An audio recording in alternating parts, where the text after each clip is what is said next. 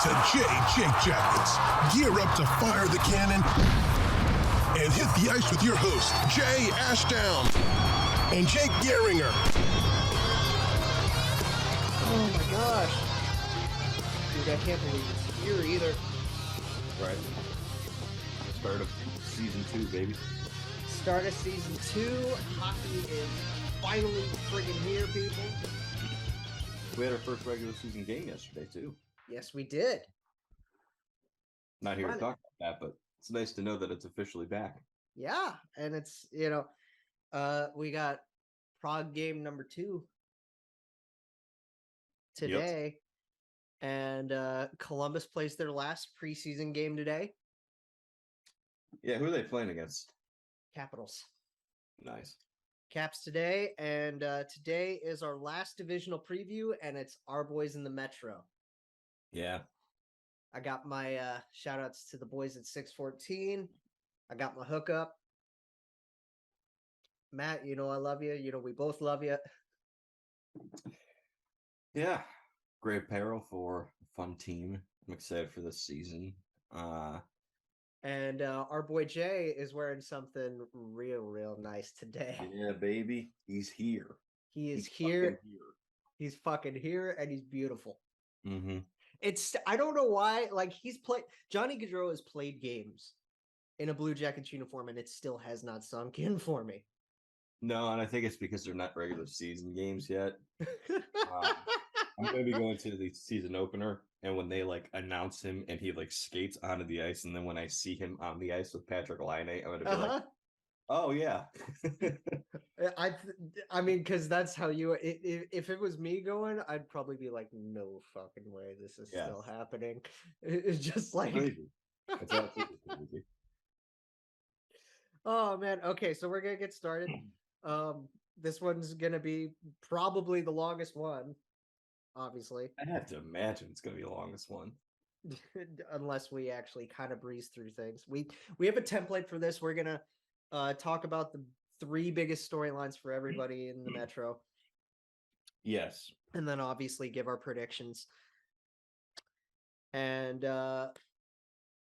for those of you that obviously we're a Blue Jackets podcast, we're saving the best for last.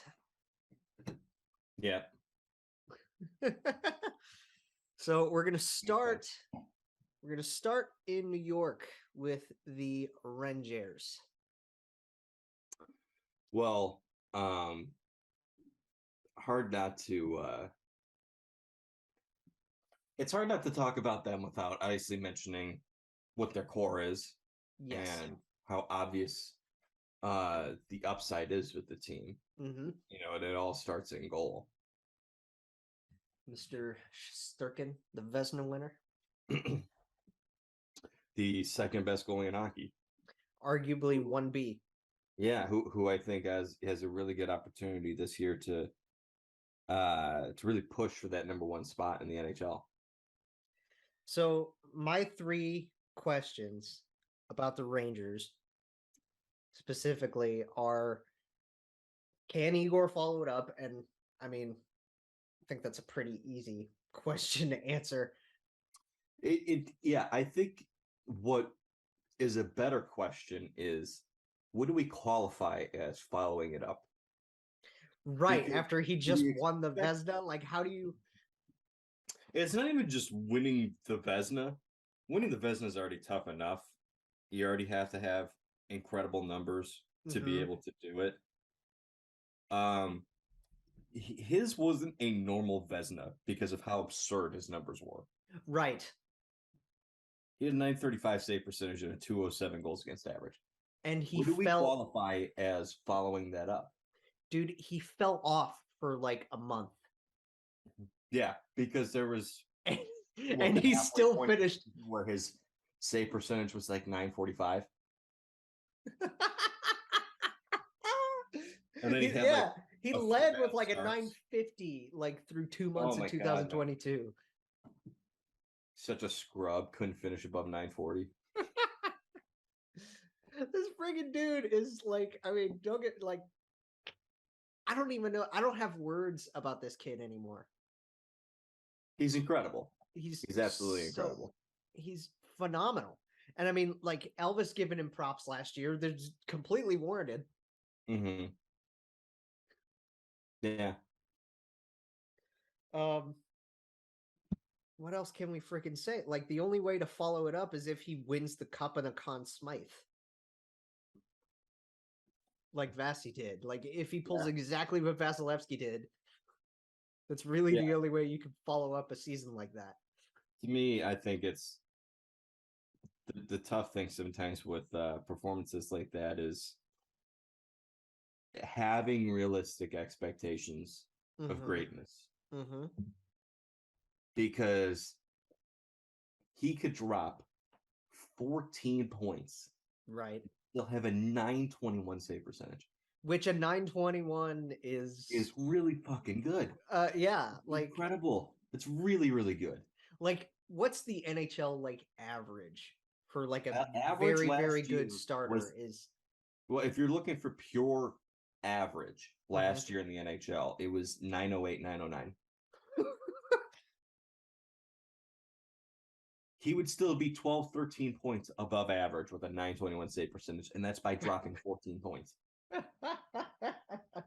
in his save percentage from last year. So I think for me, when I say, can he follow it up, I want to see, can this guy give you 920 plus goaltending this year? I think he can do that. And I think that's realistic from someone who is supposed to be a top 2 goalie in the world. Well, let's take a look. So they we've talked about how great their defense is before. There's elements to this defense I like. I don't know if I would qualify it as great. I mean, it's not great, but it's like because everybody's got flaws. But when you have a very solid offensive guy in Adam Fox, you have your solid defensive, like 2 guys in Ryan Lindgren and Keandre Miller. Yeah. Right? When those are your top 3 guys. That was the key last year, I think, to the Rangers' success. You already knew that Fox was arguably a top 5 defenseman in the league. You already knew that Ryan Lindgren was your shutdown defensive guy. You know what you have in Jacob Trouba. He's not great defensively at all, but he's big, he's physical, and he can provide some offense. He's your new captain. So there's a leadership element in there too. But the big one last year was Keandre Miller. And this kid, I love this kid. I liked him from the moment they picked him, and from just seeing him at Wisconsin, I really liked his game. He has exceeded my expectations for him in the National Hockey League already. Shortly into his young career, and I think he's only going to get better. So that's a top 4. I will say that it's going to be interesting for Igor to like carry another big burden in net, because last year he had Alexander Georgiev as his backup, and they could, because they were both decently young guys, they could split the net a little more often. I think they could have if Igor wasn't like such a friggin' robot. Right. I think part of the reason you go out and get a Yaroslav Halak is because you know that he is your backup. He knows that he is a backup. Yes. And look, the days of, I remember growing up, Yaroslav Halak was a pretty damn good goalie. The 2010 run? The 2010 run, followed up by being traded to St. Louis and being their guy for several years. He until really Brian Elliott came out with a 947. Yeah, and they did that together.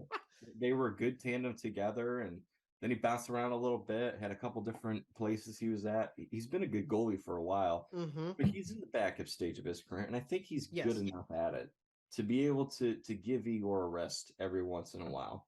Yes. And I mean, you're gonna ride the horse, of course. Like, if you have a goaltender like Andrei Vasilevsky or Igor Shesterkin, Jake Ottinger. Not sure I would throw Jake Ottinger in that category. Well, no, but like, because those two are in a whole league of their own, right? But if you go the next tier down, is he in that tier already? I think recency bias says yes. There's potential for it, but man, he is really, really young. Like I said, I think recency bias would say yes. Yeah. But like when former first round pick, very talented guy, but so yes, can Igor follow it up and get plenty of rest? Right? That's something to consider for the Rangers this year. Another thing is really what do you have in the kids this year? What do you have in the kid line this year? yeah, and that's a big question, I think, because there was an emergence there in the playoffs that we hadn't seen yet in the regular season from these guys, but there's still so many questions about these players individually. Yes. Um, We know Filipino is the most well-rounded of the three of them.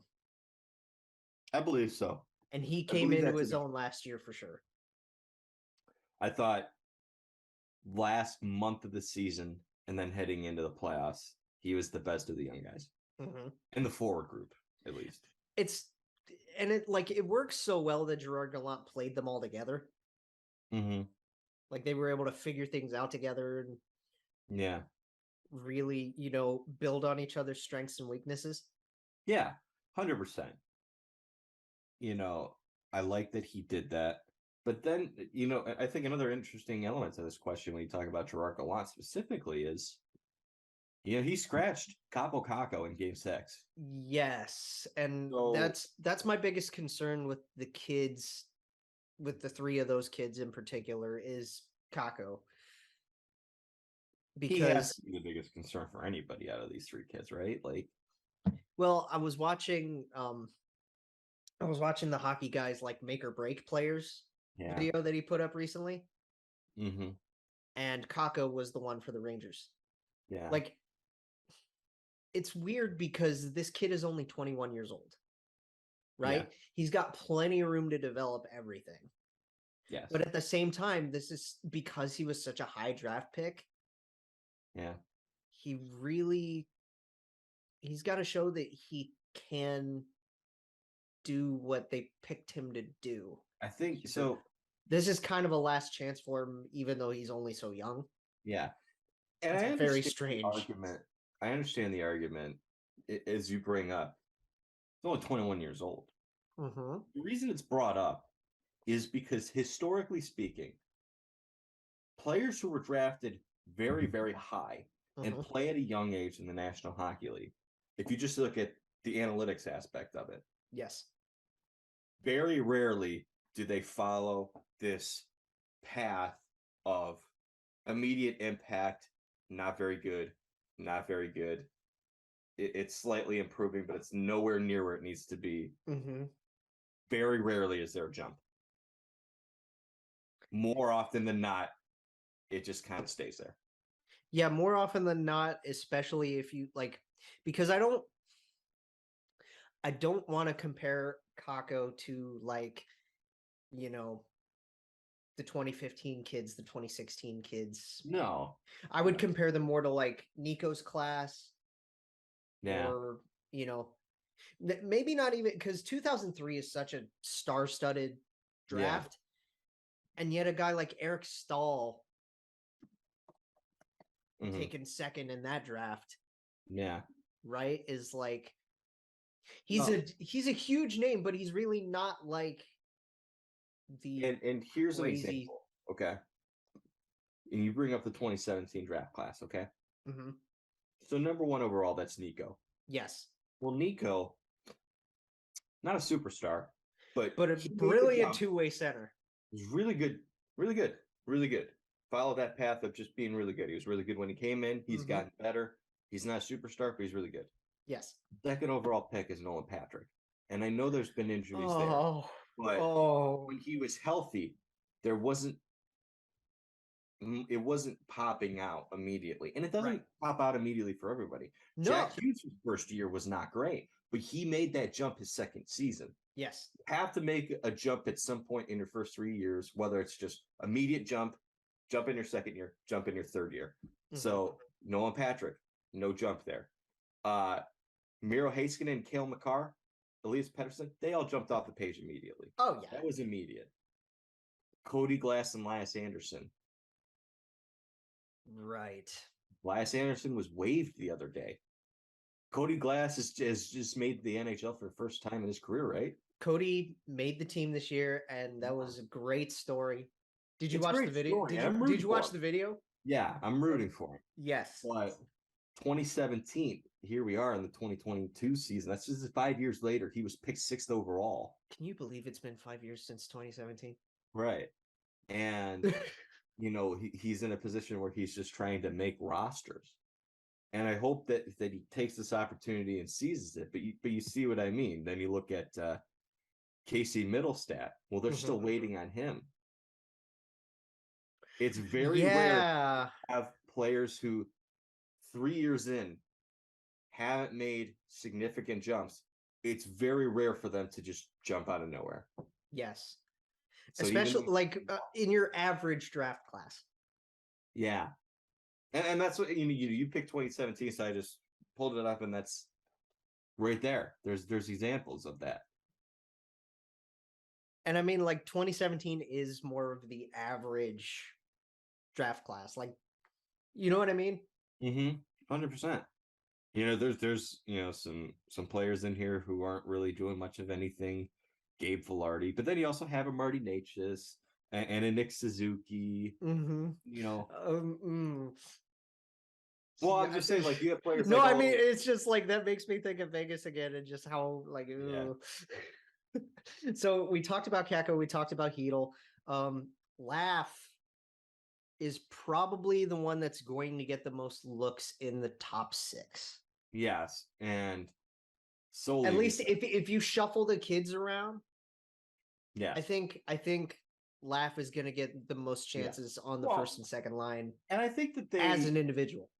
There has to be some consideration this season, some desire to have this be the kid line playing out some significant time together. But as is the case for most teams, for all teams, there's going to be shuffling in the lineup. Oh, yeah. This isn't Chell.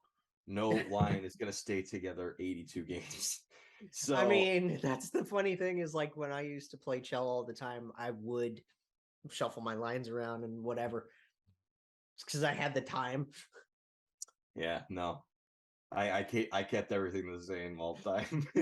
Well, I always liked making things as current as I could too. Yeah. Because, like, you get a game, and it's like the roster from the season before, and it's like, wait a minute. Right.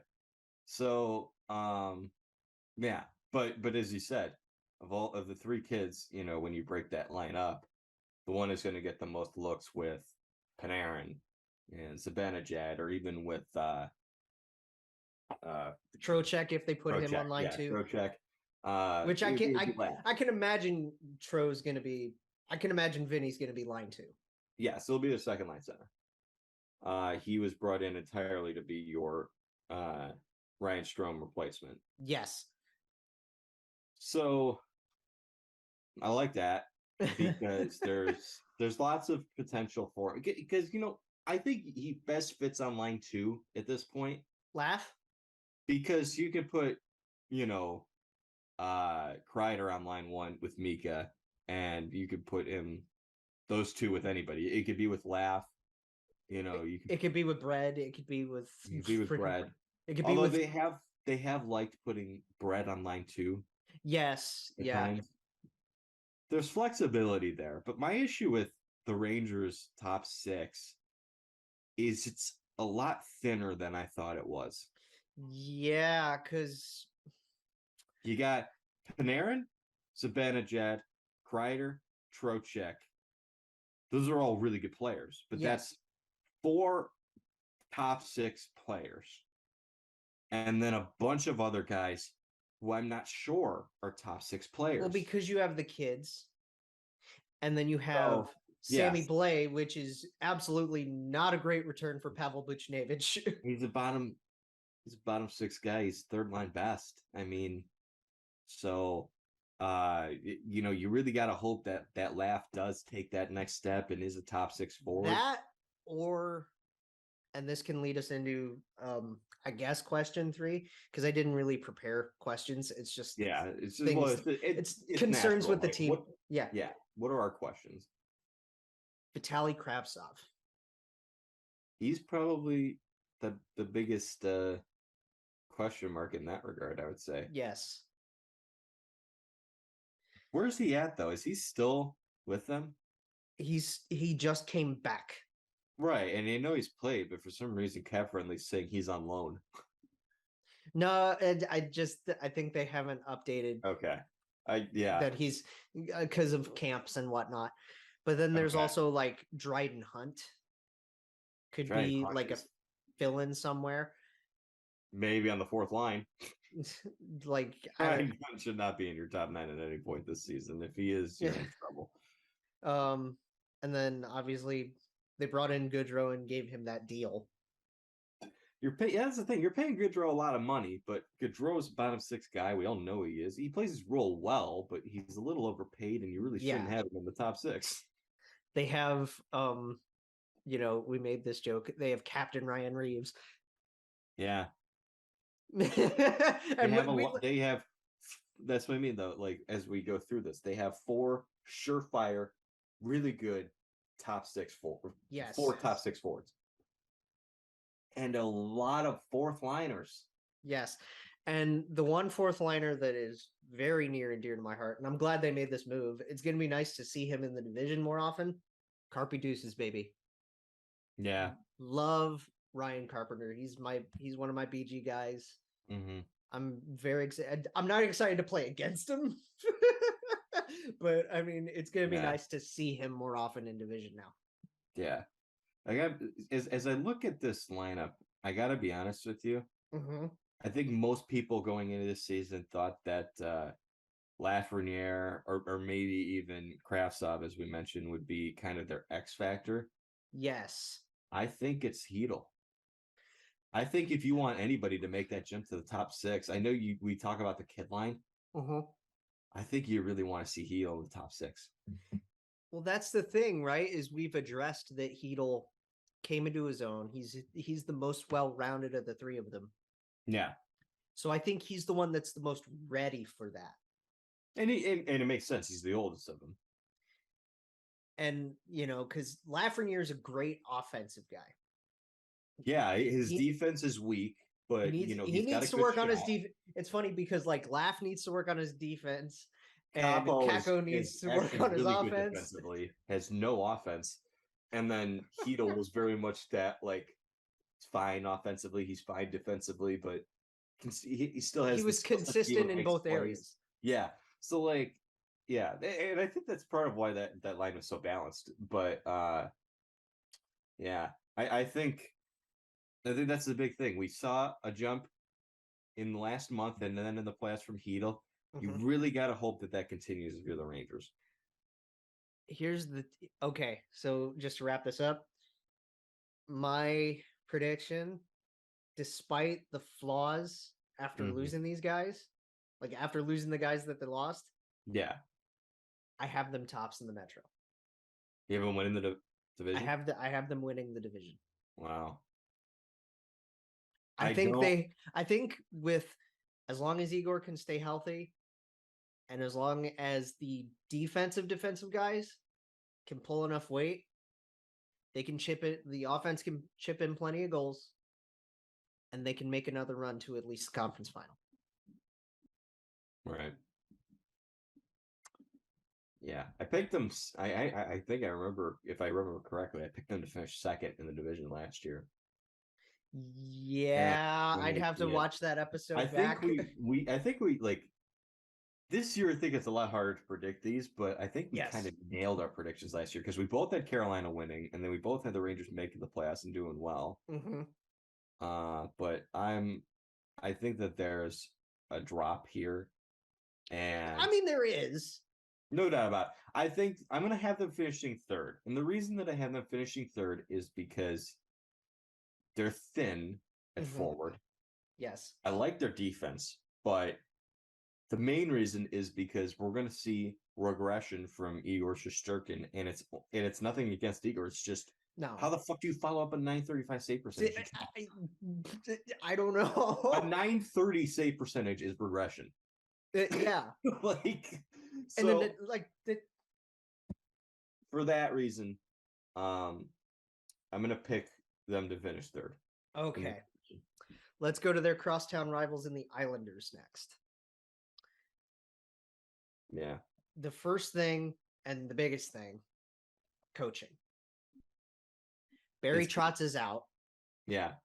You bring in basically a protege Mm-hmm. in Lane Lambert. Yeah. Does Lane coach similarly to Barry Trotz, or does he try to figure out his own system right off the bat? Because I think go ahead. He's going to take elements. He's going to, I think, take a very, very similar approach to Brad Larson. To Brad, okay. Where you take the positives of the culture and some elements of defensive play, and you mix them with new school, new age ideas. Yes. Of offense and trying to get some of your offensive guys more involved. Yes.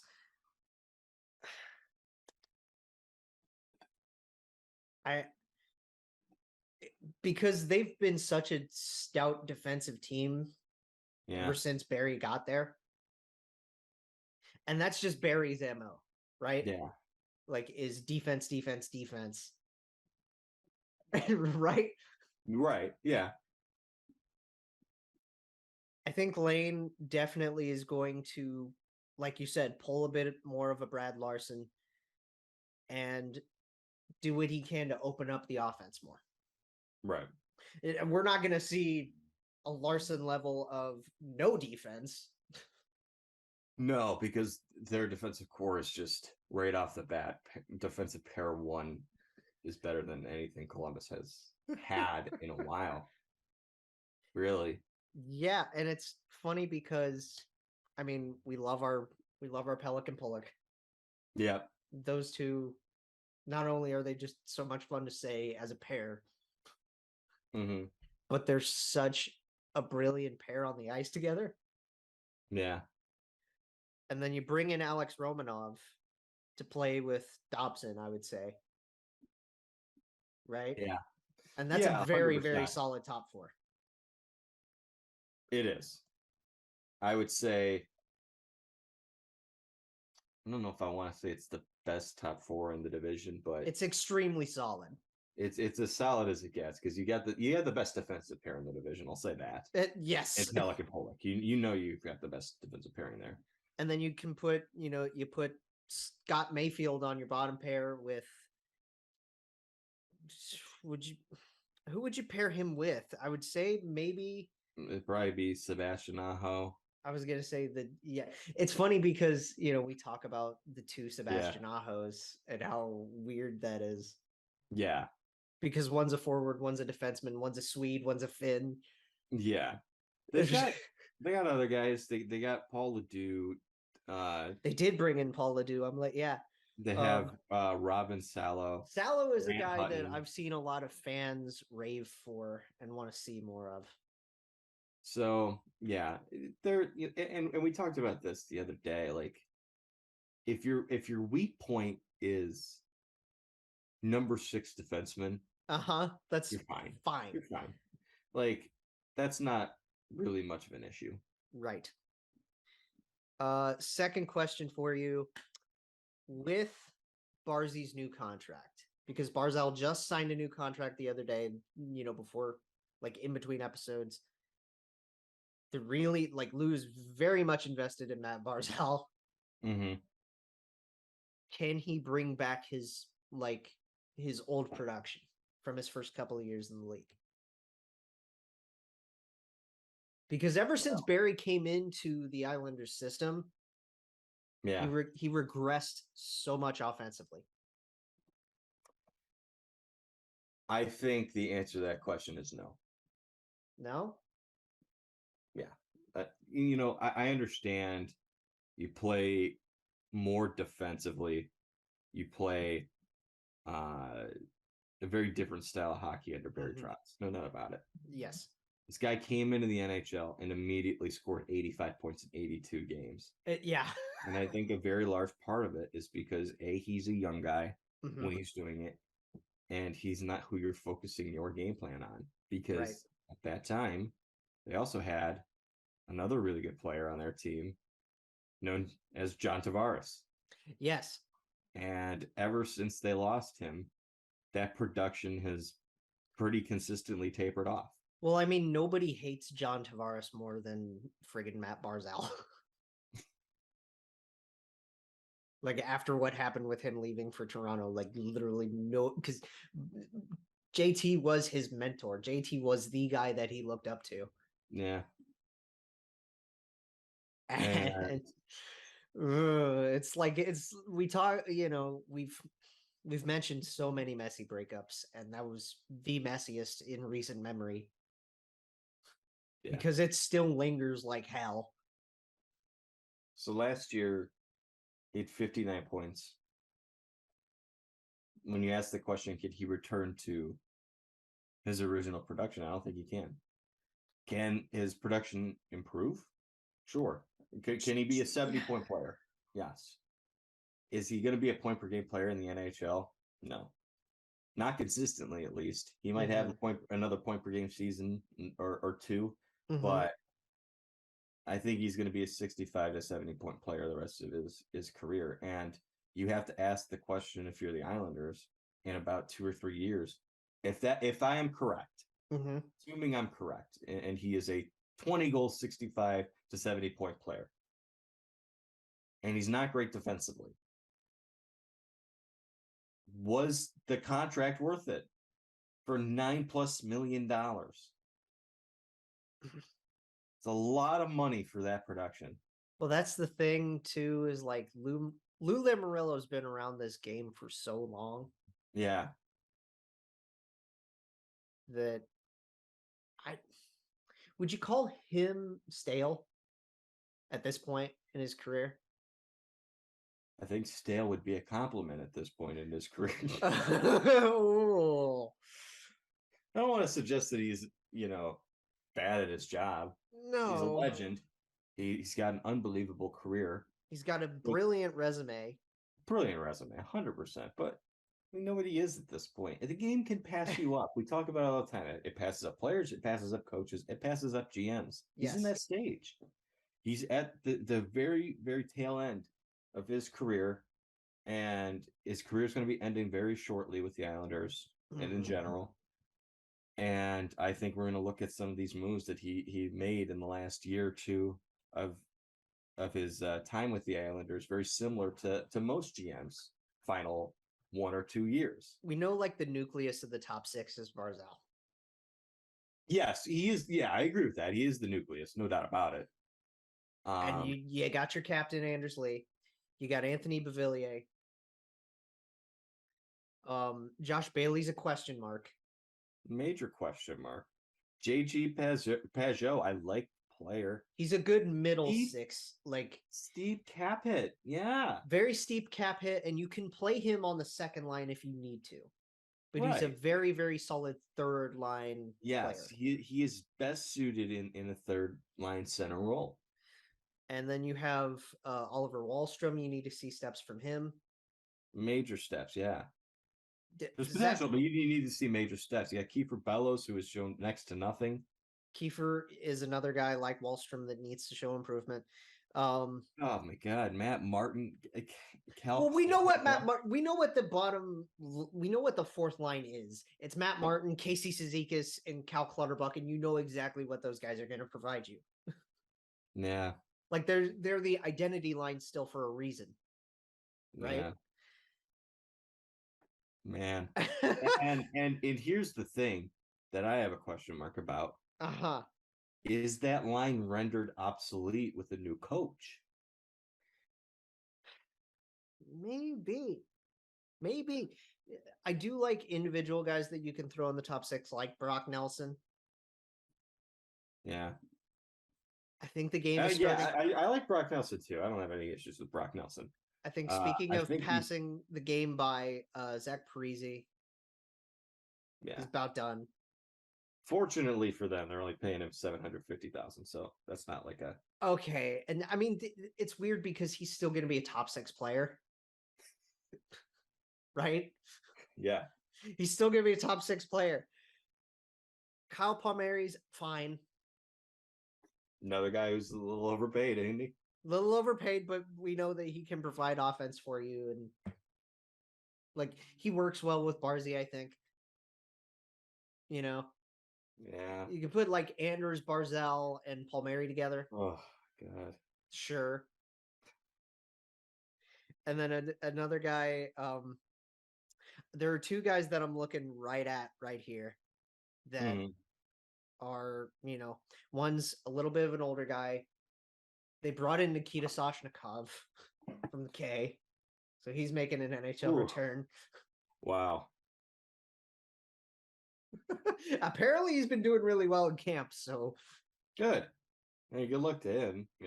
Yeah, and then the biggest sleeper pick that I've heard of in the last few years in Ratu. Does Ratu make the jump? Oh, so has he officially made the team? He's listed here. Yeah, I saw him listed there too, but I'm not sure if he's actually going to play for him this year. He might, but I kind of figured if they keep him in North America, he'd play in the minors. Yeah, but I mean, who knows? Yeah, like he's played in North America. Nice, like he played in Bridgeport a lot last year. I'm pretty sure he had at least a cup of coffee in Bridgeport. So he played. I want to see it. I know he played well overseas. Like a lot of people, because he was remember he was like he was supposed to be like a top 5 pick at one point, and then he fell to the second round. Yes, he fell way off after being like a consensus like number 2. Right. Some people even had him at number 1. So last year, so you played, a literal cup of coffee. You're right. He played 2 games for the Bridgeport Islanders. Didn't put up anything, but he had 40 points last year in 41 games with Ukarit on loan. Ukarit is also just one of those overseas teams that is always friggin' awesome. Yeah.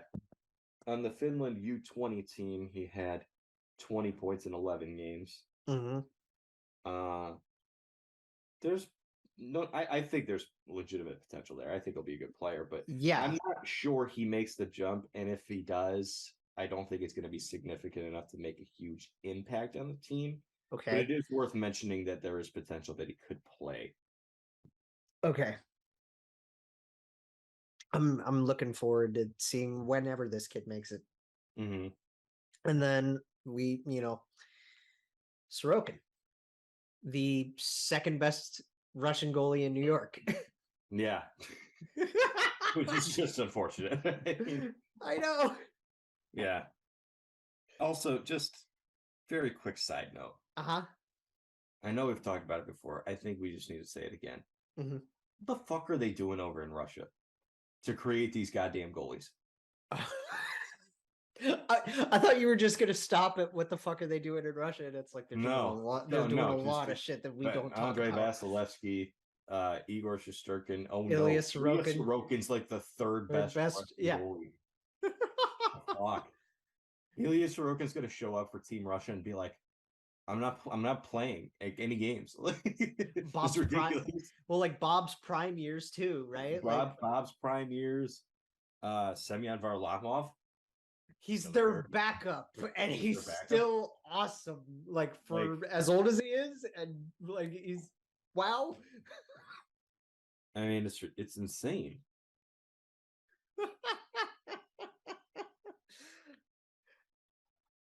I love it. And I love that they have similar names too. Like that's another side note for me that's kind of funny. Ilya Sorokin and Igor Shesterkin. Yeah. I think Sorokin is definitely going to carry the burden this year. It's unfortunate that Ilya Sorokin is the second best Russian goalie in New York with the initials IS. We know that Semyon is going to play when Sorokin, is. had, Yeah, like he can still play significant minutes. Yeah, he would be a starter, I think, on a lot of teams. Oh, absolutely. So and he's probably by deadline time, he's going to be a starter somewhere. Depending on where the Islanders are, yeah. But what I like about this tandem is in this new school age of thinking with goalies in the NHL, we're seeing a drop off in games played where goalies would start 60, 65 games. They would start, dude. And we had goalies that were starting 95% of seasons and playing 70-something games. So we saw, just not even 5 years ago, we saw Cam Talbot start 73 games for the Oilers. God. So, like, there's a very new school age of thinking, starting goalies less and less, giving them more rest. And I think that you have an ideal scenario where you can legitimately play. Dude, Sorokin we got games and give. We're only on our second team in this division. Yeah. I think that because they missed the playoffs last year and they were the closest ones to challenging, because you got to remember too, last year we had the East decided by like Christmas, before Christmas. Yeah. I really hope we don't see that again. Yeah. Give us a little bit of excitement. I think they can return, and I have them finishing fourth. I think this one is the stunner of all of them. There's going to be some, obviously, there's so much confusion with this division. Oh, yeah. Well, you got to remember, too, that this offseason for literally this entire league had so many moving parts. Yeah. I know this is going to surprise the hell out of a lot of people. I have this team finishing last. Really? Yeah. Really? I like the goaltending. But, again, similar to Shesterkin, Sorokin was really good last year, and I expect to see some regression there, too. Defense looks solid. Defense has always looked solid for this team. But you are going to be moving to a now very offensive kind of style of hockey. Yep. And I think your offense sucks. You definitely need to see, guys that you count on offensively stepping up way more. There is too many question marks that this offense isn't very good. Do you think Barry kind of made it stale, like stagnated the offense too much? Honestly, I don't think Barry affected. I don't think Barry Trotz affected the offense as much as people think. I think he took, similar to Torts when he was in Columbus, a team that's not very good offensively, but had some studs on defense, and we're going to play very defensive style hockey. We had a good goalie. We're going to beat teams 2-1, 3-2, stuff like that. Right. And when you move away from that, I think there's so many holes offensively that you're just going to see really affect this team. So, and I still have question marks about other things, like even on defense, you have your number one defensive pair. I think it's really good. Yes. I have questions about that second pair. There's potential there. Oh yeah, and I mean it's kids. Like, but when you're running kids on your second pair, you were throwing kids to the wolves, and you don't have Barry Trotz coaching them. Right. So, can Romanov really stand out as a second pair defenseman? And he's probably going to be expected to be the more defensive-minded guy between him. Can Noah take his next step, right? Like, there's questions there. I like Scott Mayfield, but Scott Mayfield isn't really going to affect your season too much. And he's a little bit older. Like, we know what he is now. This team's really old. It's not very good offensively. It's definitely not as old as it was last year. I think you're going to see. The funny thing is they got younger just by getting rid of one guy. Yeah, right. But I think your goaltending is going to get worse solely because it's just natural regression. It's just regression, yeah. And also because you're not going to be as defensively minded.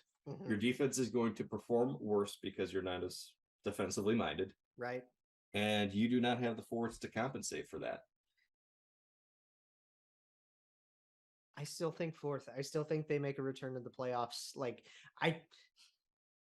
It depends on, again, like it goes back to the first question I had. It depends on what kind of coaching style Lane Lambert brings. Yeah, it's big. It's a tough act to follow. We saw that with the Capitals with Todd Reirden. They tried to follow up Barry Trotz with Todd Reirden. It didn't work. No. Now, granted, they weren't last in the division, but based on rosters and everything, like I could see them 100%. I could absolutely see them finishing fourth in this division, but I'm picking them to finish last. Let's move on and we'll finish up the, New York metro area with the Devs.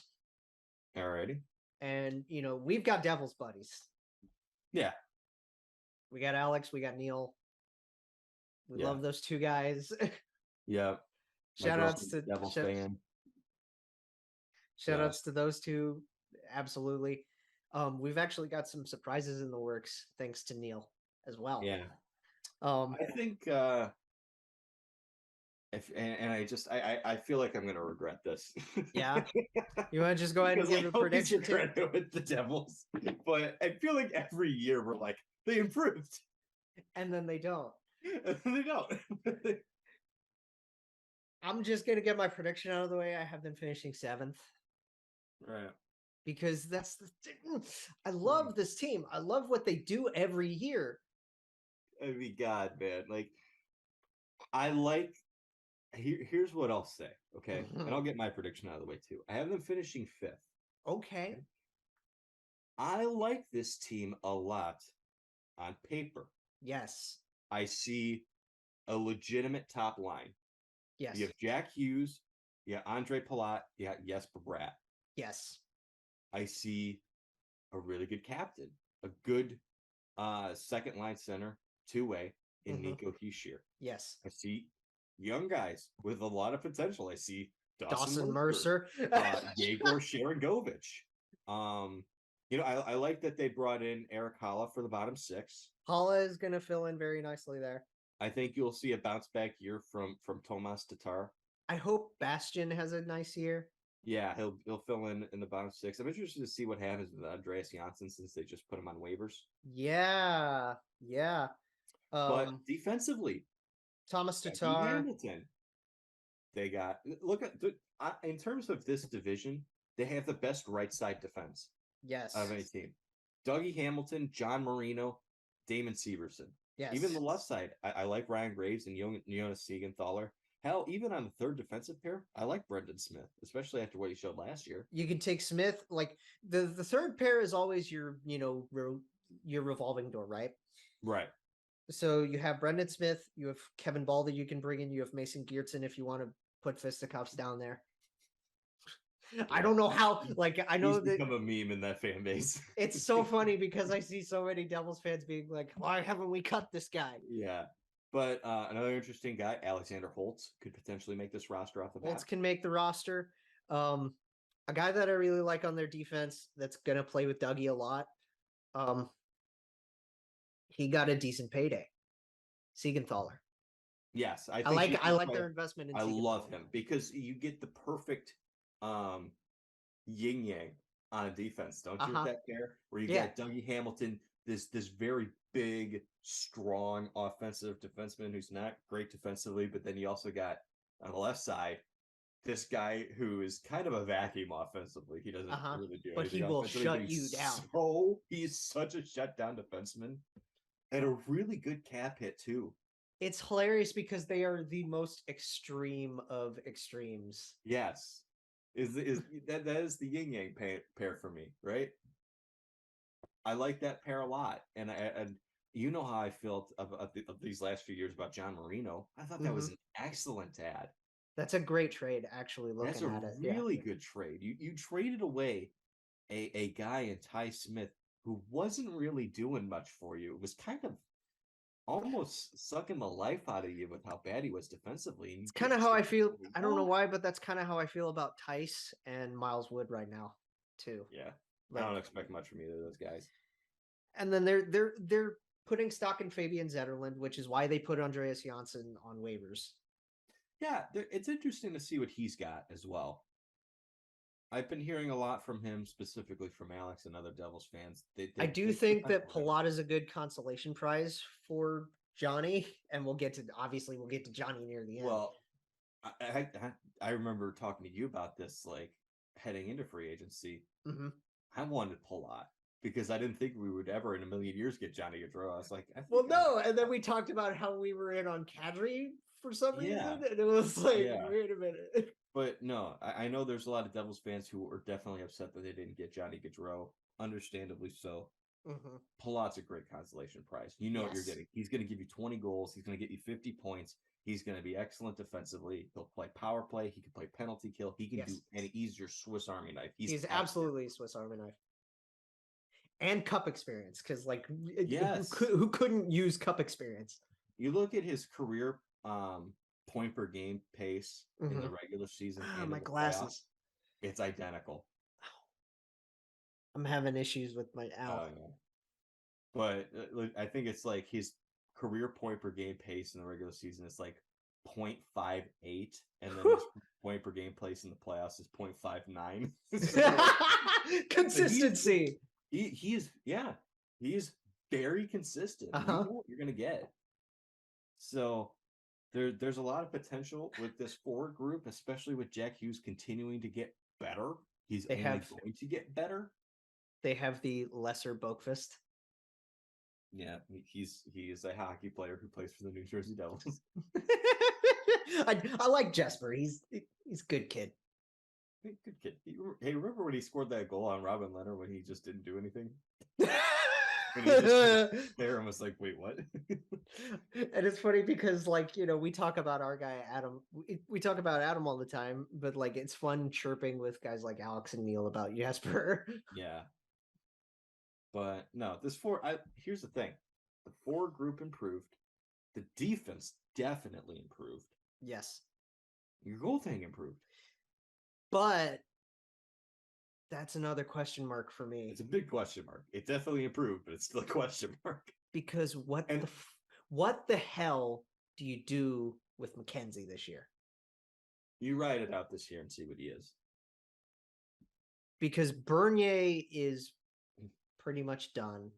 Yeah. And that's another like sad goalie end. Yeah. We've got a lot of like really depressing injury plagued goalies that are probably ending careers like going into this year. Mm-hmm. It's such a sad, like, because there's Bishop, there's Mike Smith, there's Braden Holtby, there's Carey Price potentially. There's Carey Price, there's Khudobin. There's so many of these goalies that are just like, oh, it's so sad to see these guys go out like this. Did you say Holtby? I did say Holtby, yes. Yeah, that's Holtby's pain. I love Braden Holtby.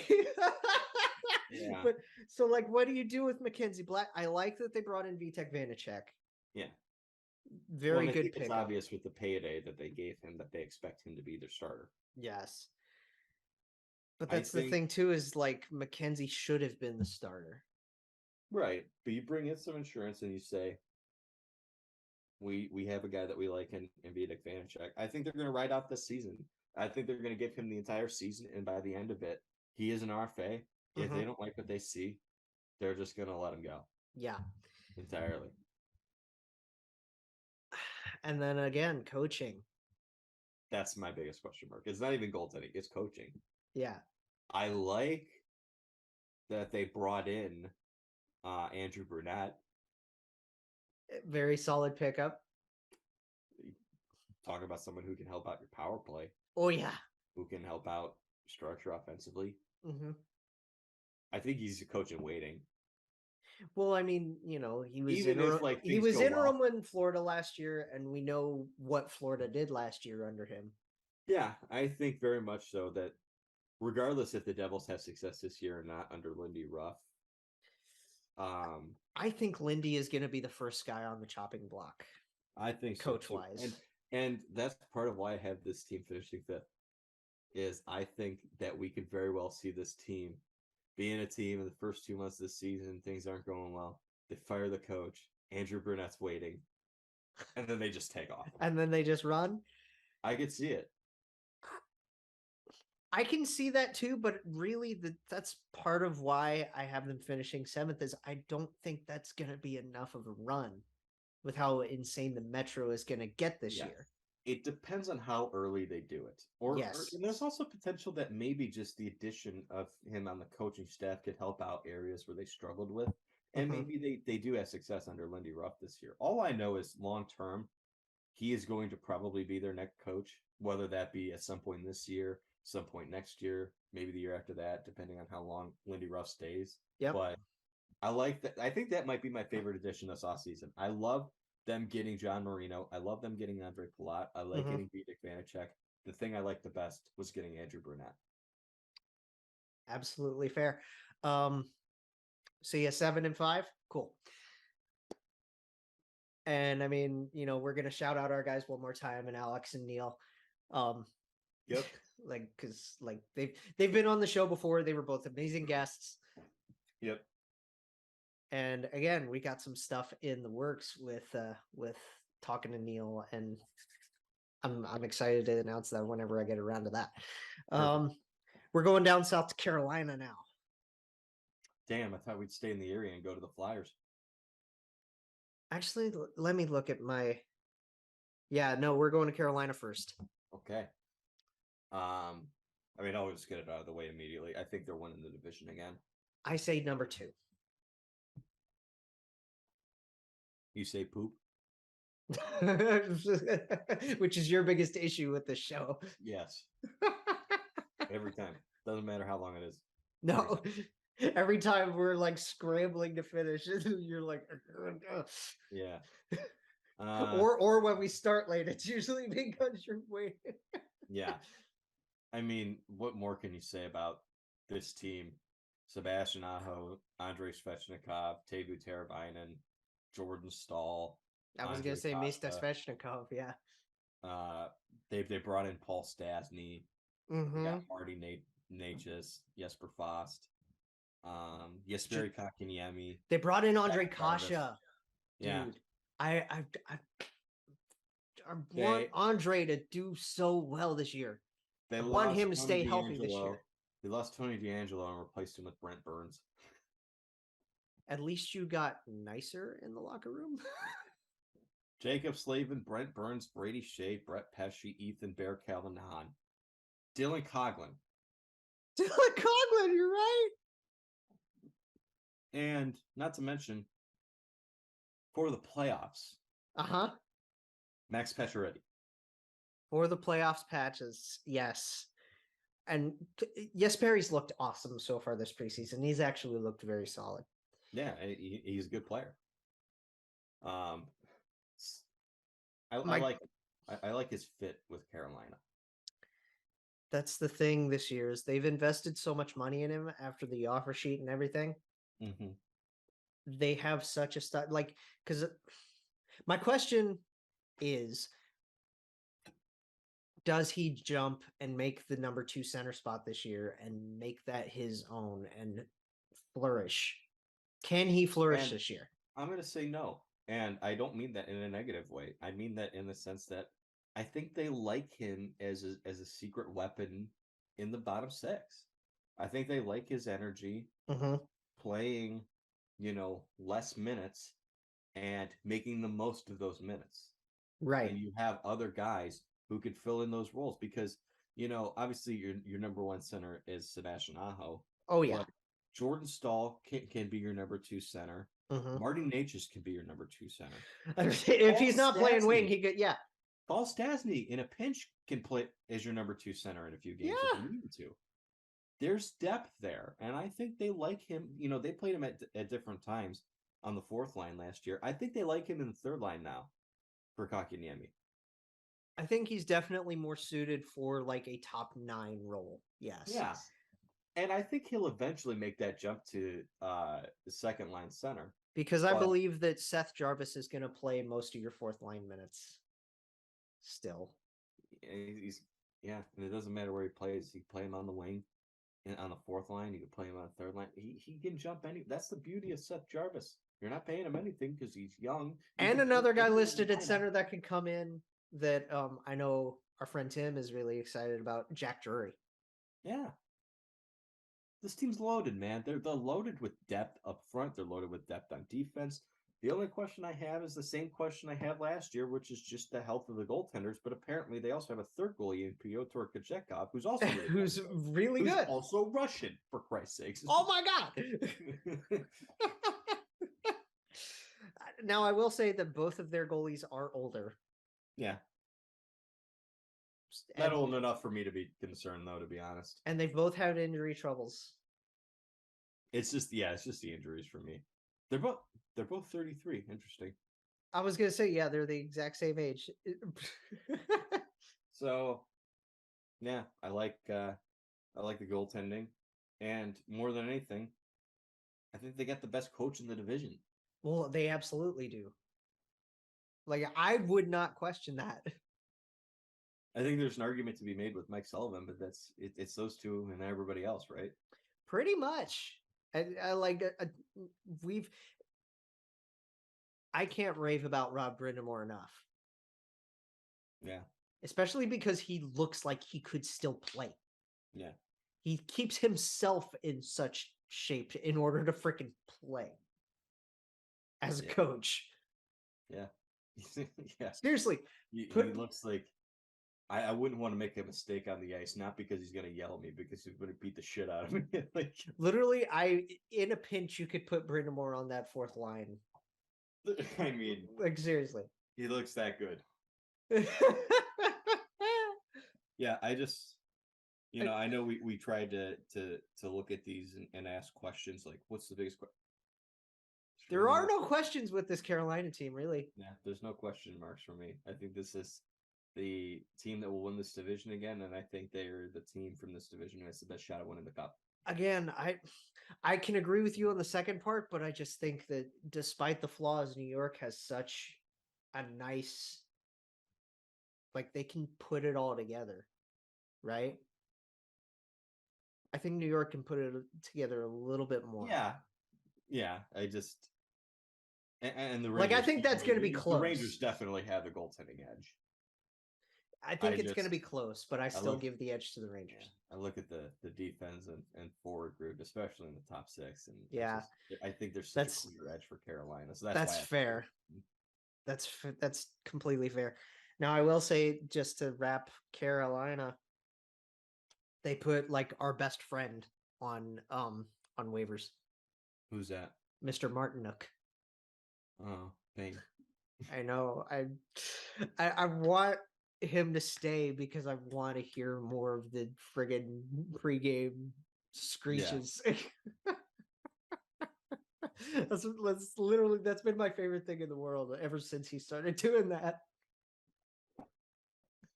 You're halfway through this, my friend. Yes, we are. And now we're going to the how do I put this nicely? Dumpster fire, laughing stock. No. They're a team. That's probably the nicest thing I could say. I tell you, I think this is another one I might get killed for. Philadelphia. Yeah. I want to talk about the roster first before we get to predictions. Mm-hmm. I want a healthy season from Kevin. Yeah. I love Kevin Hayes. Yeah, Cam Atkinson. We got our guy. We know he's our guy. He's the guy that we're going to be rallying around just as much as friggin' Torts. Yeah. And it's always nice when you have. We've addressed this before. It's always nice when you have a guy with a coach like Torts that's had him before that can, help guys adjust. Yeah. Like we had that with, when he came in for us, we had that with Dubinsky. Mm-hmm. Yeah. Farabee's looking healthy, and you know how much I love Joel Farabee. Yeah, there's so much potential with him still, and with Konechny as well. Mm-hmm. It's a lot of bottom six guys, though. Yeah. It's very much like Sean Couturier if he's healthy, which I can't. I don't think he's going to play. That's the saddest thing. I don't think he or Ryan Ellis are going to play this year. Oh man. You have guys that really need to because they have young guys, but you're really gonna try to throw you got to throw them to the wolves. You have no choice in guys like Cates, both Cates, really, and Wade Allison. Right? Right. How much can guys like Cam and Hayes shelter these guys? Konechny, Lawton. They at least have guys like Lawton still. Like we know what the veterans are. They also brought in Artem Anisimov on a PTO. I think they released his. I haven't seen any updates on that. So maybe they did, but I haven't seen anything on it. Which is sad. And he's an old friend of ours, the Artie party. JVR is still such an anchor contract.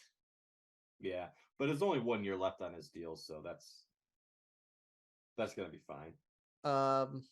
They have Owen Tippett, who is a guy that still I think he's got enough wiggle room potential wise.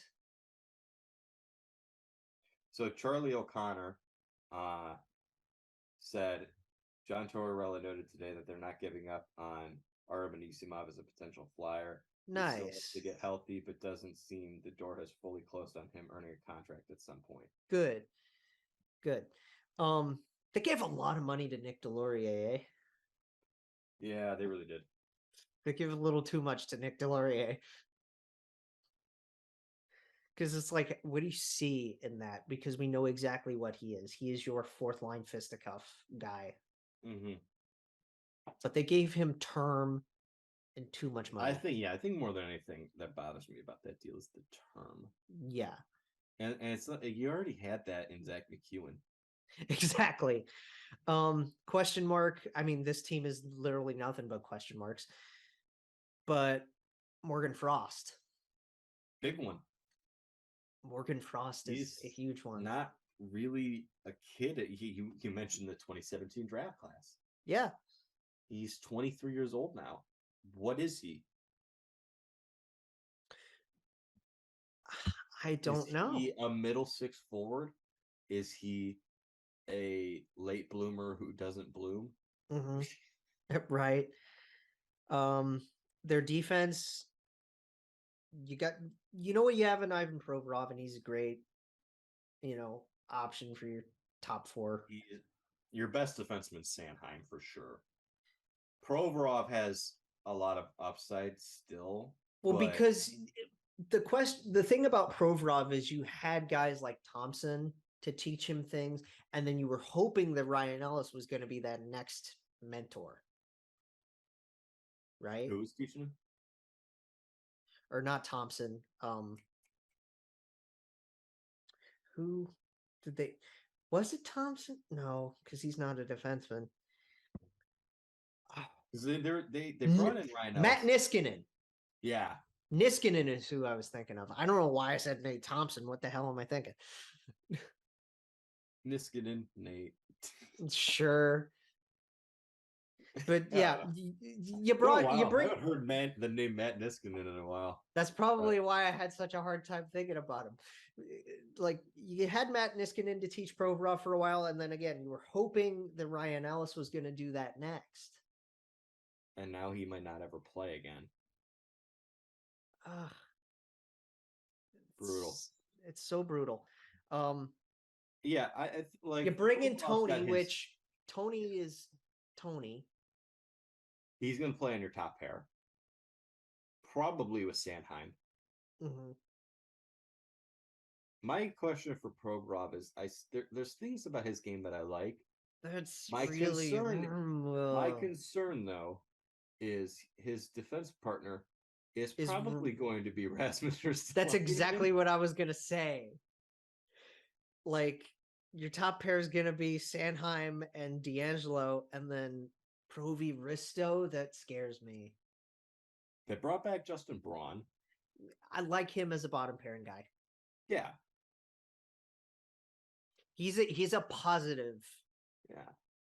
He's I think one we're of the going to few. see a good amount this year from Cam York, Hmm. which is, I think, good. They have a because- Tard listed here.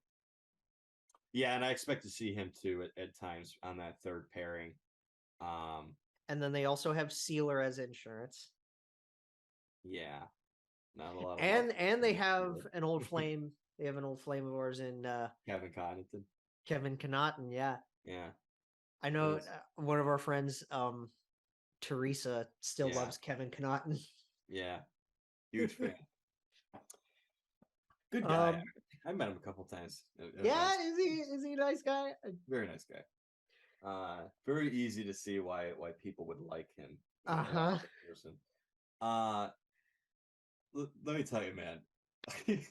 I think question mark wise, if you want to ask a question, because we know that Torts addressed that there's so The- much locker room issues. Rather than 3 questions, Mhm. I'm going to ask one question with 3 words. Okay.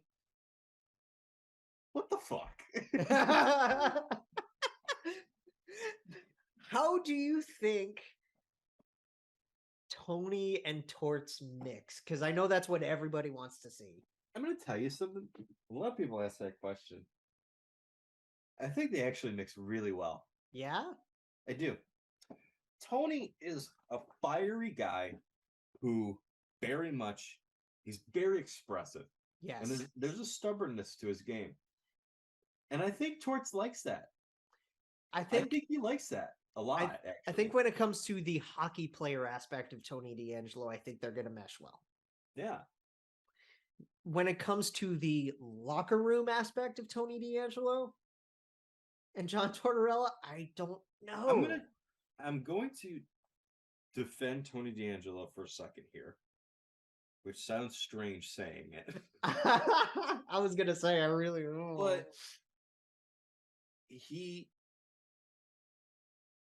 in defense of him, Mhm. what happened last year? Yeah, you didn't hear a whole lot last year. He I just think didn't. with He just a respected coach and understanding the importance of second chances, even though it's not really second chances. Like, This is literally like his what, 8th chance? yeah.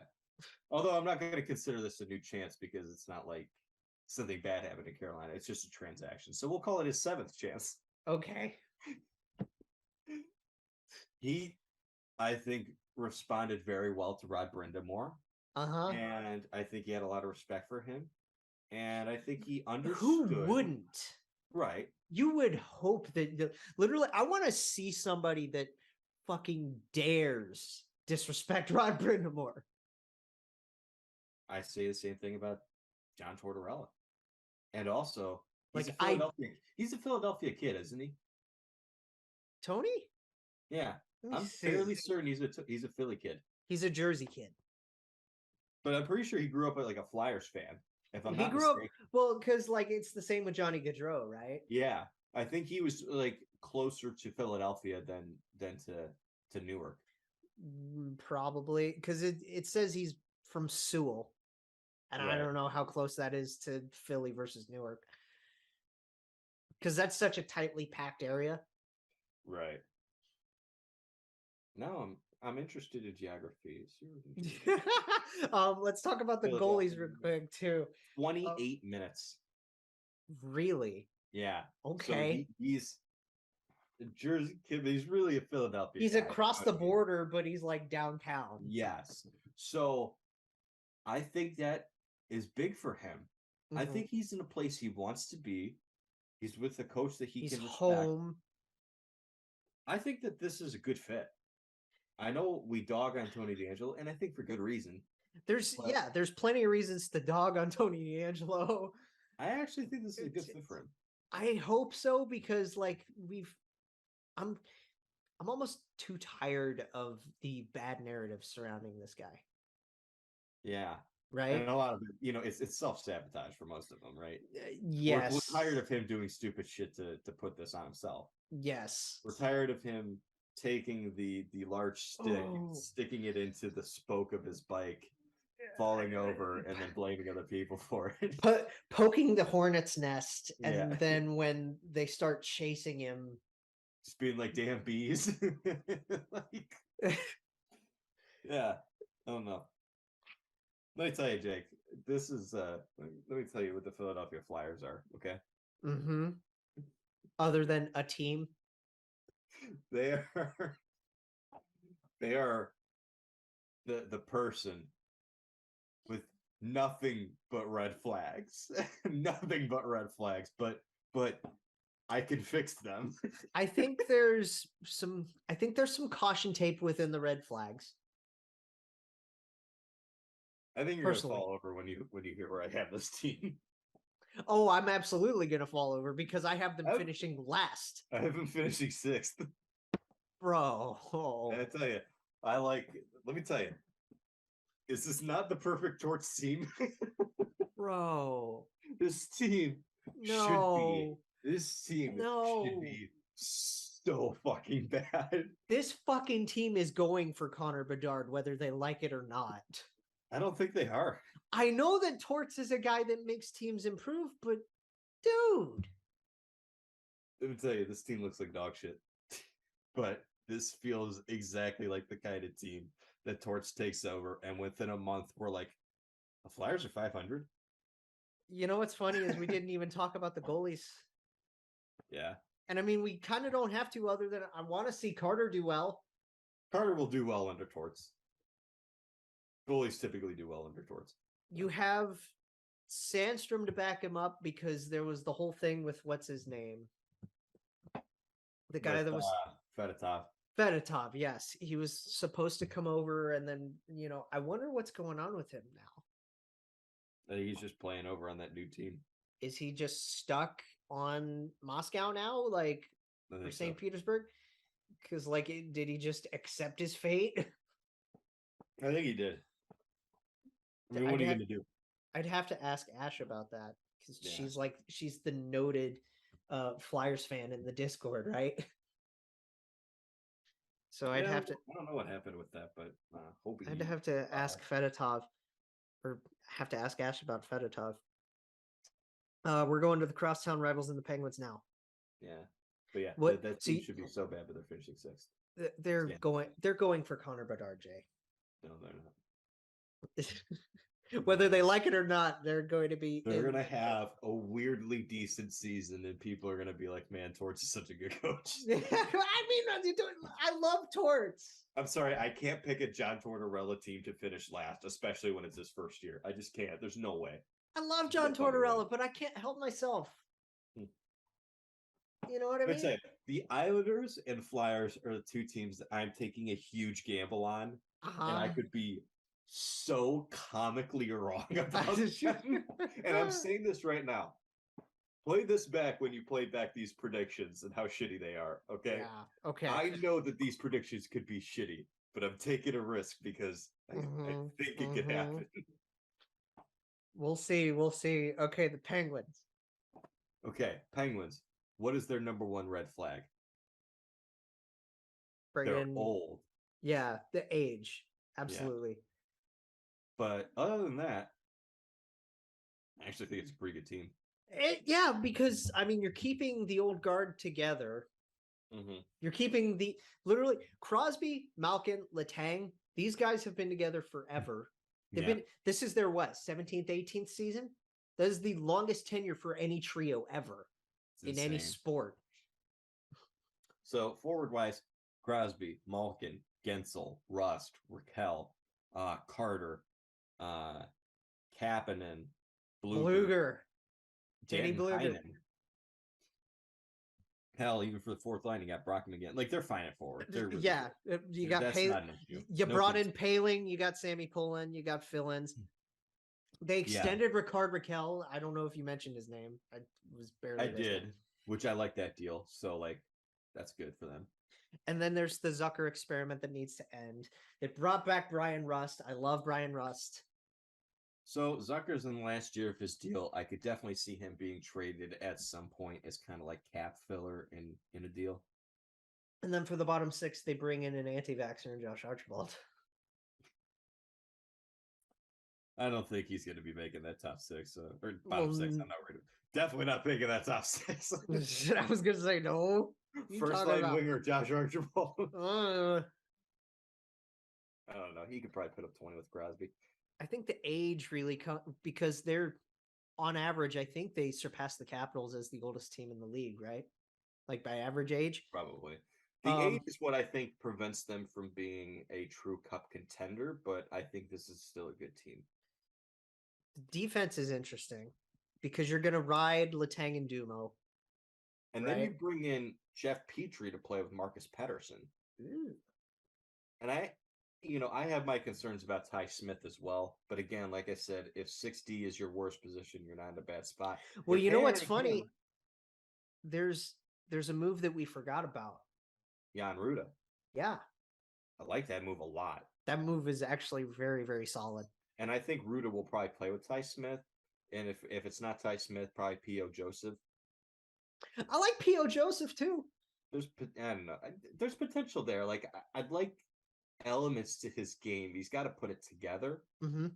But they also have like their depth's really good because outside of that six that we just mentioned, you still got Mark Friedman. And you got my buddy Mark. Yep.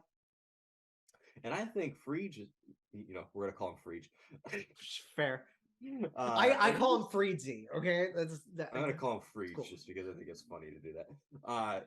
Friedge, I think could legitimately be on the third pair. Well, yeah, because that's the thing. I was reading stuff about Freedsy and like interviews that he was having. Friedge, like post trade, right? And just recently, he came out and publicly said that he likes Pittsburgh more than Philly. He likes the atmosphere in Pittsburgh more than he liked it in Philly. I'm sure he likes winning more than losing, so that doesn't surprise me. But it's just like, I just have the affinity for Freedsy because he was a guy that I got to watch plenty when he was at school. Yeah. And he was fantastic at school. He was one of the mainstays, like when we had, like my sophomore year, we had 4 different prospects, like 4 or 5 guys that were all draft picks just waiting, right? Because there was Freezy, there was Cruiser, there was Bednard and Net, who was a Florida pick, couple other guys. And like we had 4 or 5 prospects on the roster at a time at the same year, and it was like, whoa. And don't get me wrong, BG is a school that a lot of their picks don't end up, they end up as later round, mid-round picks. Yeah. But they're still a good school for NHL talent. More often than not, their talent are guys who were undrafted, who went to BG and then kind of slowly make their way up. Yes.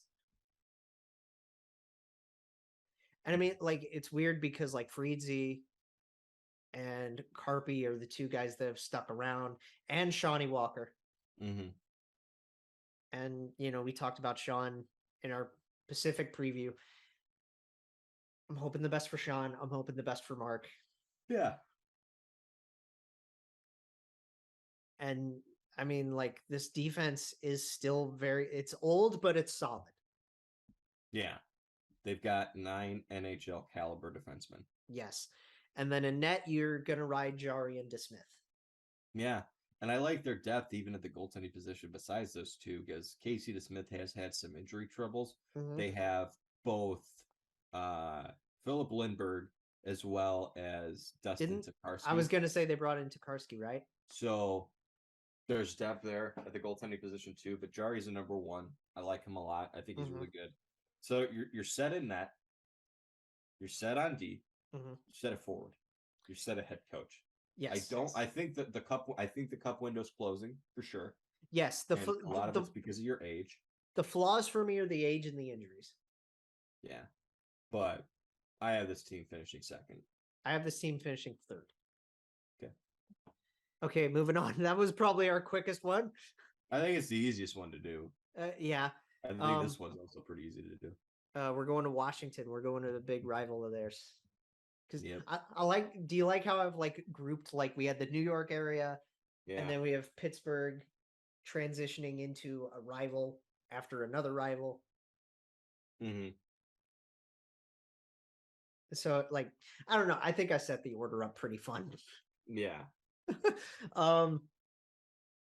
Washington. Where do I start here? Well, we'll Because start the same way we start with Pittsburgh. They're old. they are old.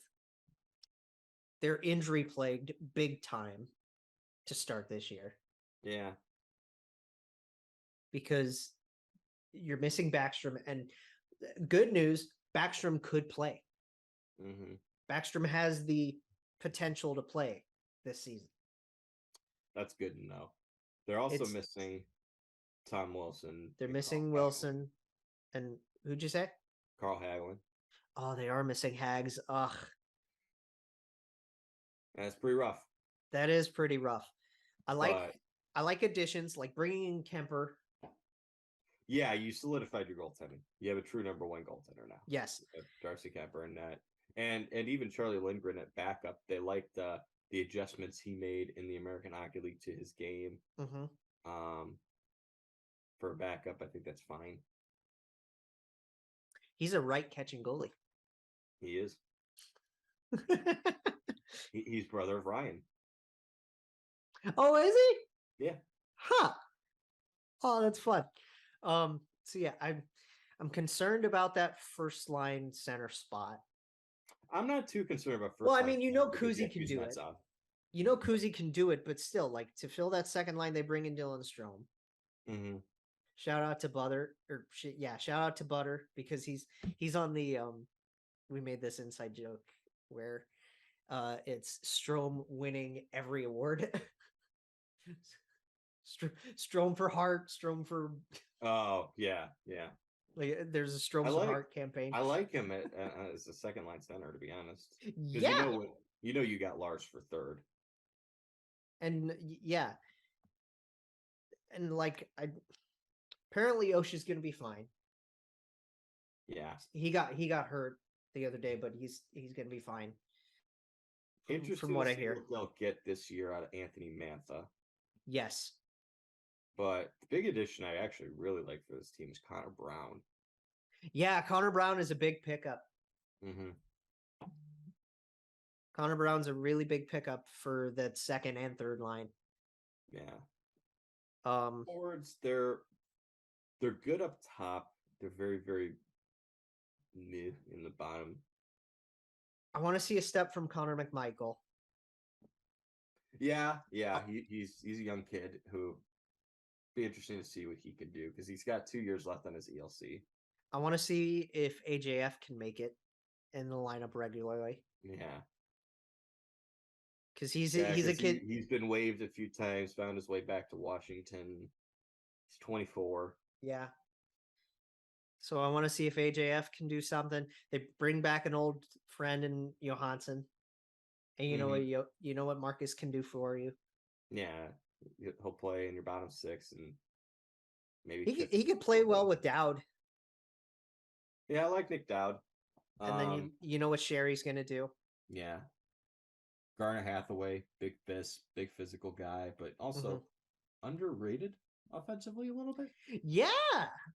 I like that Hathaway can put the puck in the net. Yeah. That's definitely, like, we see the fisticuffs, we see the spitting from Garnett. We see the hits. Mm-hmm. But it's like when he scores, you're like, yeah, I like that. Yeah. He's better at it than you think. Yes. And then they brought in like Henrik Borgstrom. He's probably going to center your fourth line. Is he really? He could. All right. I didn't even know they brought him in. I don't even see him here. He's on the NHL apps roster. Interesting. He's 25 years old, so whatever you get out of him at this point, you get out of him. But yeah, again, he can center your fourth line just fine. And then you have Connor Sherry for middle six. Yeah, middle to bottom. If you have to shove Connor Sherry down in the fourth line, it's fine. No, that's best case scenario, to be honest. Really? I mean, if you have Connor Sherry on your fourth line, that means something's going pretty well in your top six. That at least means you got your healthy guys back. Exactly. And I know because like the big question mark at forward was Backstrom and the questions with his health. And that's why they were pursuing Nazem Kadri. They end up getting Dylan Strome to fill it instead. Yeah. Defense wise, you know what you get out of John Carlson. You don't get defense. Right. You know what your top pair is. You got him and Orlov. Well, I don't know, because I think I like Martin Feravari up there. Ooh. I do like Martin Feravari up there. I did personally. not like him, especially on your top pair. And you know what I actually like most with John Carlson, and this might surprise people. Huh. From what I saw, especially in the playoffs, but also in the second half of the season when I watched Washington, the best fit with him was actually Trevor Van Riemsdyk. That's weird because they're both right-handed shots. Yeah, but he could play the left side. Right. And he actually did that very, very well last year. And then the only other right-handed shot they have is Nick Jensen. Yeah. So if I'm building this in an ideal world for me, I would put TVR with Carlson and then put Orlov with Jensen. I think most realistically, it's going to be Orlov with Carlson and then Feravari with Jensen, which leaves really which leaves like Matt Irwin and TVR. Well, I don't know. Yeah. Matt Irwin and Gustafson. I'd probably leave Gustafson with TVR. Okay. Because, Irwin's going to go in and out of the lineup. Yeah, Irwin doesn't really provide much at this point of his career. He is what he is. I mean, he's like the oldest one listed here. He's the only, because remember last year when we talked about how everybody was born in either 90 or 91? You're right. Matt Irwin's an 87 guy.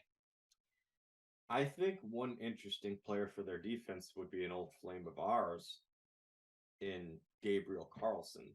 Yes, they did bring Gabe in. You're right.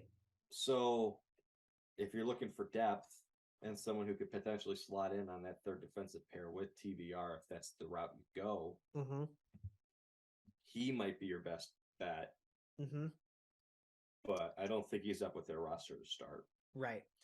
I think the biggest through line centers around, Ovi continuing to chase the record.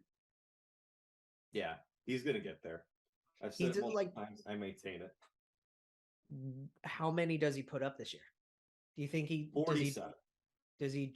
I was going to say, does he drop back? Does he have a 50-goal year? He doesn't have a 50-goal year, but he's 47 goals this year. That's my prediction. Okay. Which would leave him where? What's he sitting at now? Because he's sitting at third place solo, right? He still needs to he still needs to crack 800 and beat Gordy. So let's see. He right now is at 780 goals. Oh, so that would put him at 827. 827. And that would leave. God, what did Gretzky have? 849. Let's see. Gretzky goal record. Or 890. What? I never know these fucking answers no, because they're just wild numbers, right? 894. 894. Okay. So 827. That leaves you about 2 seasons after this year if he gets 47. That's realistically 2 seasons for Ovi at normal production would get him the record. 2 more after this? Yes. God, it's just wild to think that he could get there, and he probably will. Because let's think about this hypothetically. Okay, so 894 minus. No, I will say that for me, they, due to age and due to what's been going on, injury wise, because Tom brings everything. He's a very he's a figure on that team for bad reasons. Right. but there's a reason why we reasons too. there's a reason why we put him in the same category as like a Nas and a Brad Marchand, right? Mm-hmm. Because he's so valuable.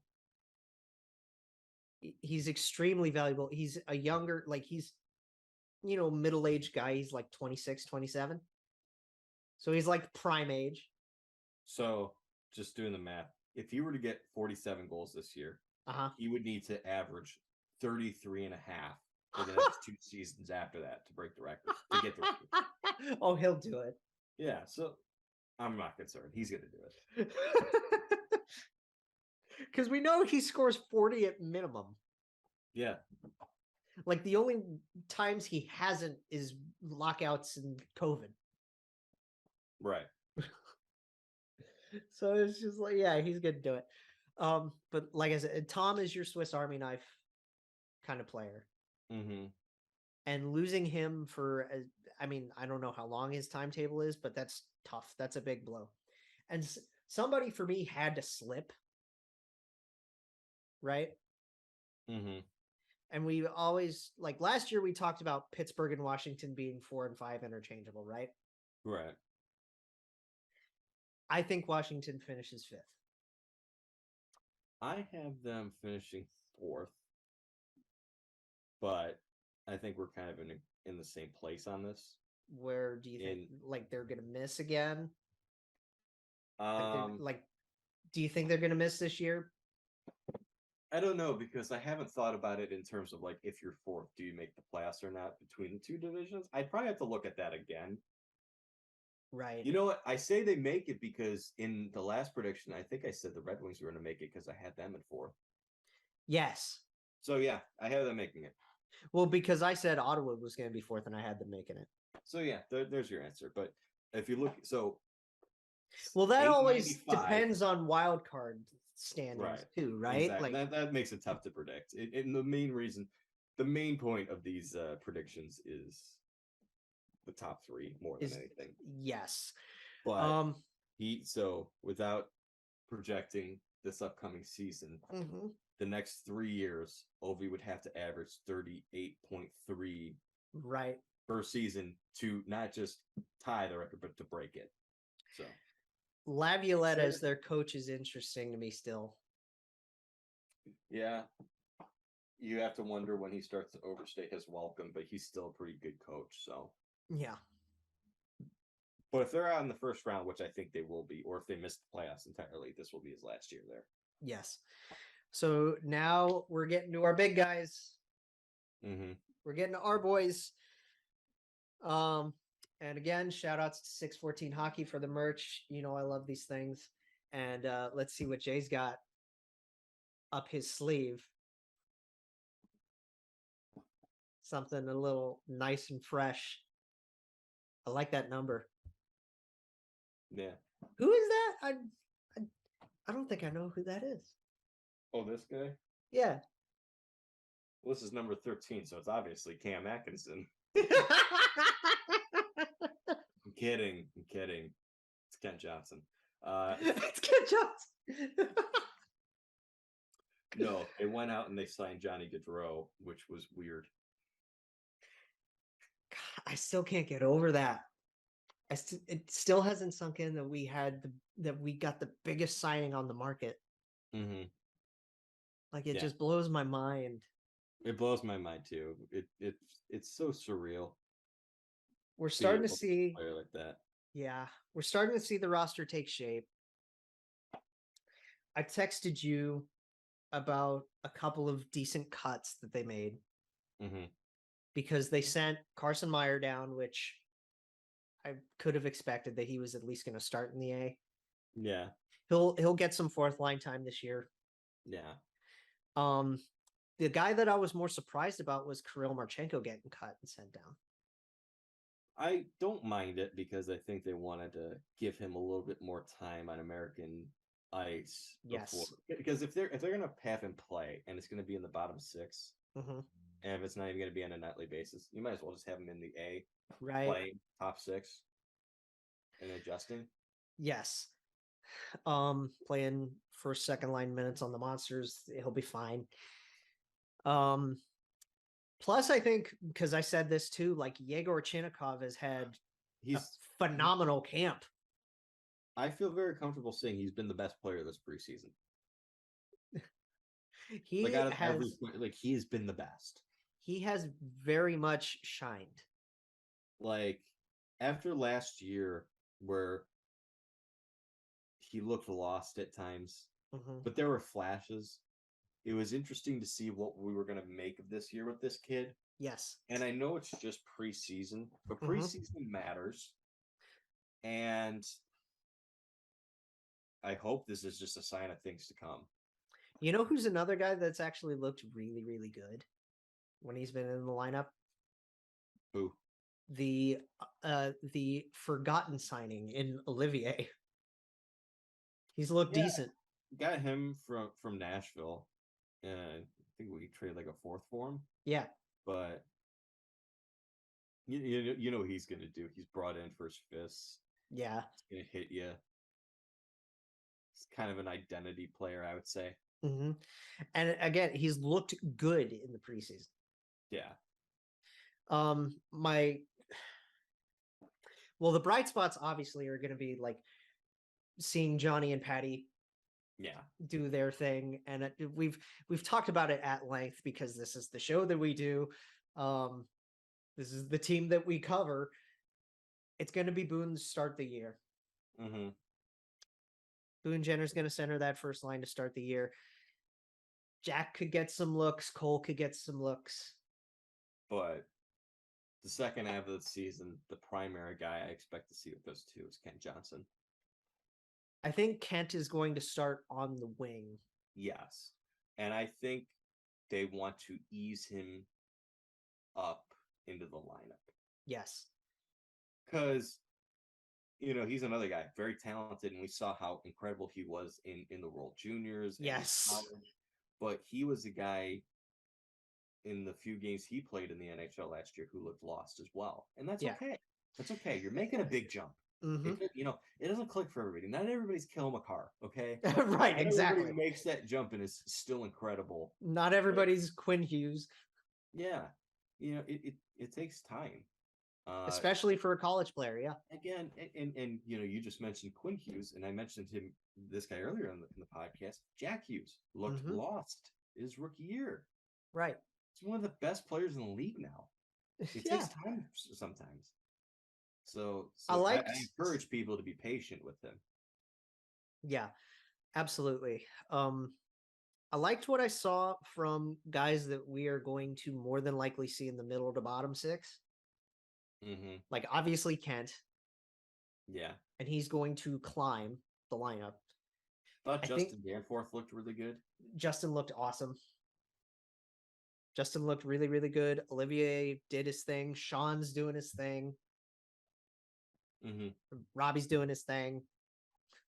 Yegor's been the biggest surprise. Yeah. In terms of improvement, right?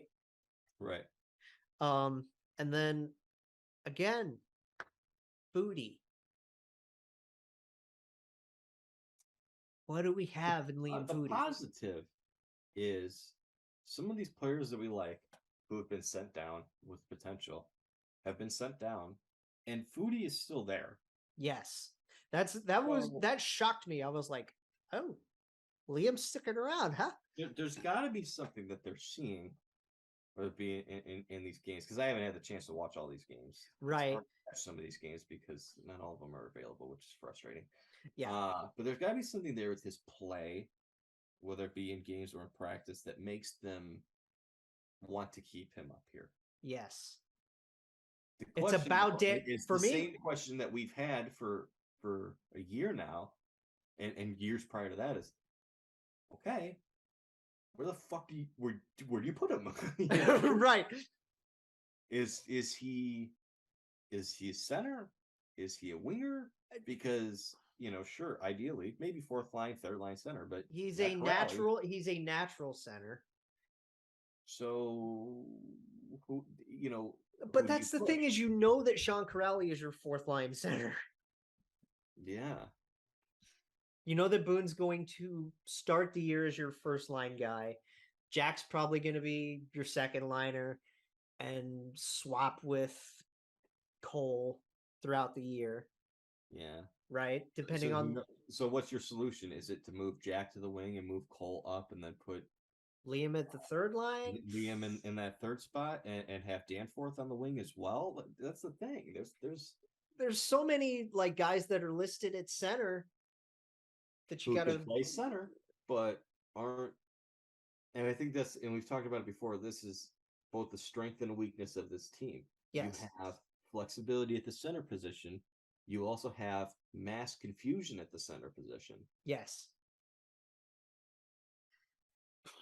I'm just happy that Foodie's finally getting his fucking shot. Yeah. Like, personally, I'm just thinking like it's about time. Yeah, I Right? agree because I want him to be successful. I want him to be a part of this team. I want him to push someone out of the lineup. I want him. Well, that's the thing too, is like, you know who I haven't heard a lot about this preseason? Emil Bemstrom. Yeah. And he's going to be in and out of the lineup just because that's kind of what I expect from them. Mm-hmm. Yeah, there's a lot of questions for this forward group. There's positives. Johnny Gaudreau, Patrick Laine. But there's a lot of questions as well. Which is what you'd expect from a really young team. They're like the third youngest in the league, I believe now. Yeah. Third or fourth. We know that, you know, the bottom six is going to do its thing. Your top six is obviously Gaudreau, Jenner, Laine, and then like Voracek with Jack and probably Gus, right? I think that's the second biggest question I have this year for the Blue Jackets is now that you've got a guy like Johnny Gaudreau, what does that mean in the short term and in the long term for Jakub Voracek? Yes. Especially because he's taking up so much of the cap room too. It's a big deal. It is a huge deal. It's an expensive deal. But yeah, we know what the forwards are going to do. We talked about the expectations with Johnny going into this year. I'm not expecting him to put up 115 points. No. If we can get for 90. Yeah, if we can get like 30 goals, 60 assists for 90 points, and then get Patty to at least 35, 40 plus goals. You know, and I just want to say this for Blue Jackets fans because I love them. We all love you. We struggle as a fan base sometimes with expectations. Yes. And one of the expectations that people I see on Twitter talking about constantly that I think needs to go away is this idea that Patrick Laine is going to score 50 goals. 50 goals is really fucking hard to do. Yes. And he has not shown at any point that he is a 50-goal guy. His career high is 44. He's a very solid 40 to 45 goal guy. And you know that's what he's probably going to cap at. He can get a 50-goal season if he has a career year and scores 50, that's great. But he's not Ovi. I know he's got a great shot. There's some similarities, but he's not Ovi. He's never going to be Ovi. And you want to know why? There's only one fucking Alex Ovechkin. Exactly. And Johnny Gaudreau's great. He's going to help him out. And I think realistically, our hope needs to be that Johnny Gaudreau and his chemistry that he's going to develop with Patrick Laine can make him a consistent 40-goal guy. Because yes, I know it's not 50 because 50 is a big, sexy number, but 40-goal guys are hard to come by in this league. Well, yes. So we talk about the big goal scorers in this league, right? We talk about Ovi all the time. We talk about Austin all the time. Austin Matthews just scored 60 goals. Yes. You're not going to see that from Patrick Laine. You're not. You're just not. Let me pull up an example from you. Okay. I want to see if you could guess this. Let's talk about the defense too while we're thinking about this, right? So obviously, how many times? Okay, I have it here. How many times do you think Steven Stamkos in his career has scored 50 plus goals? And let me give you 1, 2, 3, 4. Go on. 14 seasons. 14 seasons. How many times do you think he has scored 50-plus goals? Steven Stamkos. Stammer, twice. Yes. Right on the money with that, huh? Right on the money. Because I remember he had a 60-goal year. Yeah, he had the 60-goal year in 11-12. He had a 50-goal season in his second year in the league. Mm-hmm. That's how hard it is to score goals in the National Hockey League. He had two 50-plus goal seasons in his first 4 years in the league. He hasn't done it since. Right, and he averages what, 35? Steven Stamkos, man. He averages 35, right? Yeah, somewhere around there. I mean, it's hard. It's really hard. Yeah. So that's what I would recommend to people is to maybe get temper expectations just a little bit. Maybe wait until he's had 2 or 3 years in a row of scoring 40 goals. Maybe then you can say, oh, maybe he gets to 50, but let's can it for now. Right. And again, we have our own expectations. We have our dreams. Mm-hmm. With again, like I don't know what I'm gonna end up linking at the end of this show. Just video wise, I don't know. Maybe the Gaudreau signing, the Gaudreau gushing. Yeah, that'd be a good one. I think so. And I'm probably gonna clip just this, right? Because this is our preview.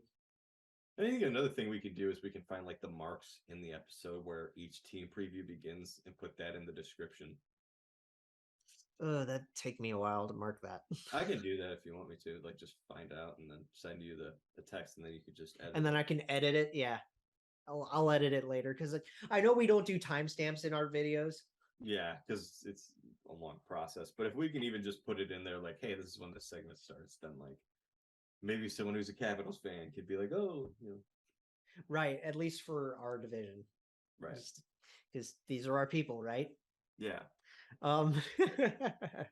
So the defense, we know Z's going to lead the charge. It's the biggest question mark on this team because I think you've got 2 defensemen you really like. You got Zach Werenski, who's locked in long term. You really like him. You got Vlad Gavrikov. Big question with him. What's the deal here? I like him. I want him a part of the core long term. What are we going to do? Are we going to extend him? It's a big question for me. It is a question because we know what we want to see. Yeah, I want him locked up long term. But yeah, do they do that now that they have so much money tied up in another defenseman in Eric Goodbranson? Money and term. Yeah. Which, don't get me wrong, the contract is an issue for me. It's bad. It's bad. And it's something against Eric Goodbranson. No. The signing itself, I'm warming up to. Just because it led to Johnny Gaudreau.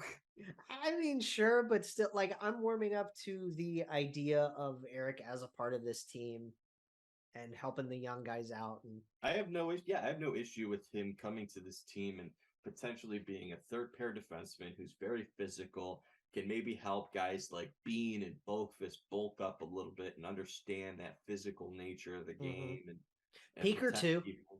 Peaker too, yeah. And Peaks looked awesome this preseason. Let me just say that. He's looked great.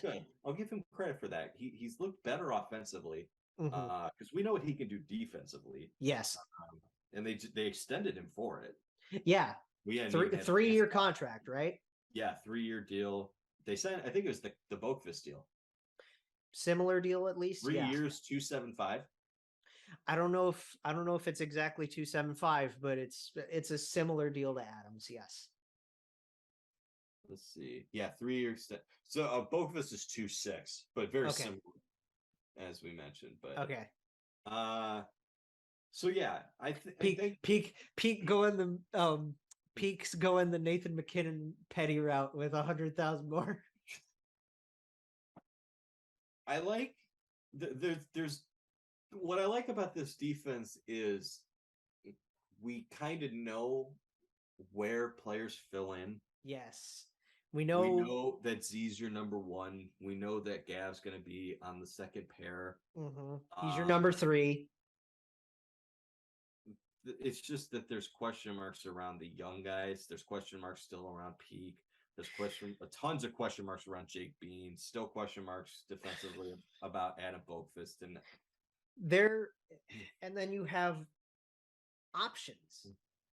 You have options for filling in the second pair with Gavi, which I'm sure to start the year, I think Lars is going to have Goody do that, yeah, which there's is options. fine. Right. That's fine. But still, I want to see guys come in like Christensen is a guy that you really want to see. Yeah. Um, Well, also Nick Blankenberg. and blanks. We love ourselves some blanks. So there's interesting depth on defense with this. They also brought in Marcus Bjork. I'm not sure how he fits into he's this. going to be a depth guy. He's going to be an injury player. They still have Gavin Bayreuther. He's going to be another guy that's going to toil most of the time in the minors. And then a lot of depth at forward too. We mentioned Carson Meyer. They brought in Luoto, who's got a good relationship with Patrick Laine. Yeah. Brendan Gaunce, we already mentioned Foodie. Tyler Angle could potentially see some time with this team. Angles look nice. Trey Fix-Polanski. We know what Trey is capable of. Trey Fix-Polanski and Tyler Angle to me are incredibly similar players. Both those speedy 7th round guys who have some upside. So there's some excitement there, but they're a little bit older. I mean, Fix is now 23, Tyler Angle is 22, so starting to kind of make that jump professionally. There's pieces I like long term. Yes. I just don't think it's going to be that good of a Okay, year. here's a question for you. Does David get a cup of coffee this year? Yes. Does Jiricek get a 9-game tryout? I think we will see him post-deadline get some opportunities, and we will also see the same for Corson Coolmans. Okay. What about Matachuk? Because there are a lot of... I don't think can. Oh, is he like not eligible? Because they sent him back to junior. Okay. So because he's the captain of the Moose Jaw Warriors this year. So Jiricek, and where I wonder where is he just going to be in the minors? Jiricek, I believe he got sent to Cleveland. Yes. Okay, so Jiricek will be in Cleveland, so he'll be fine. He's eligible.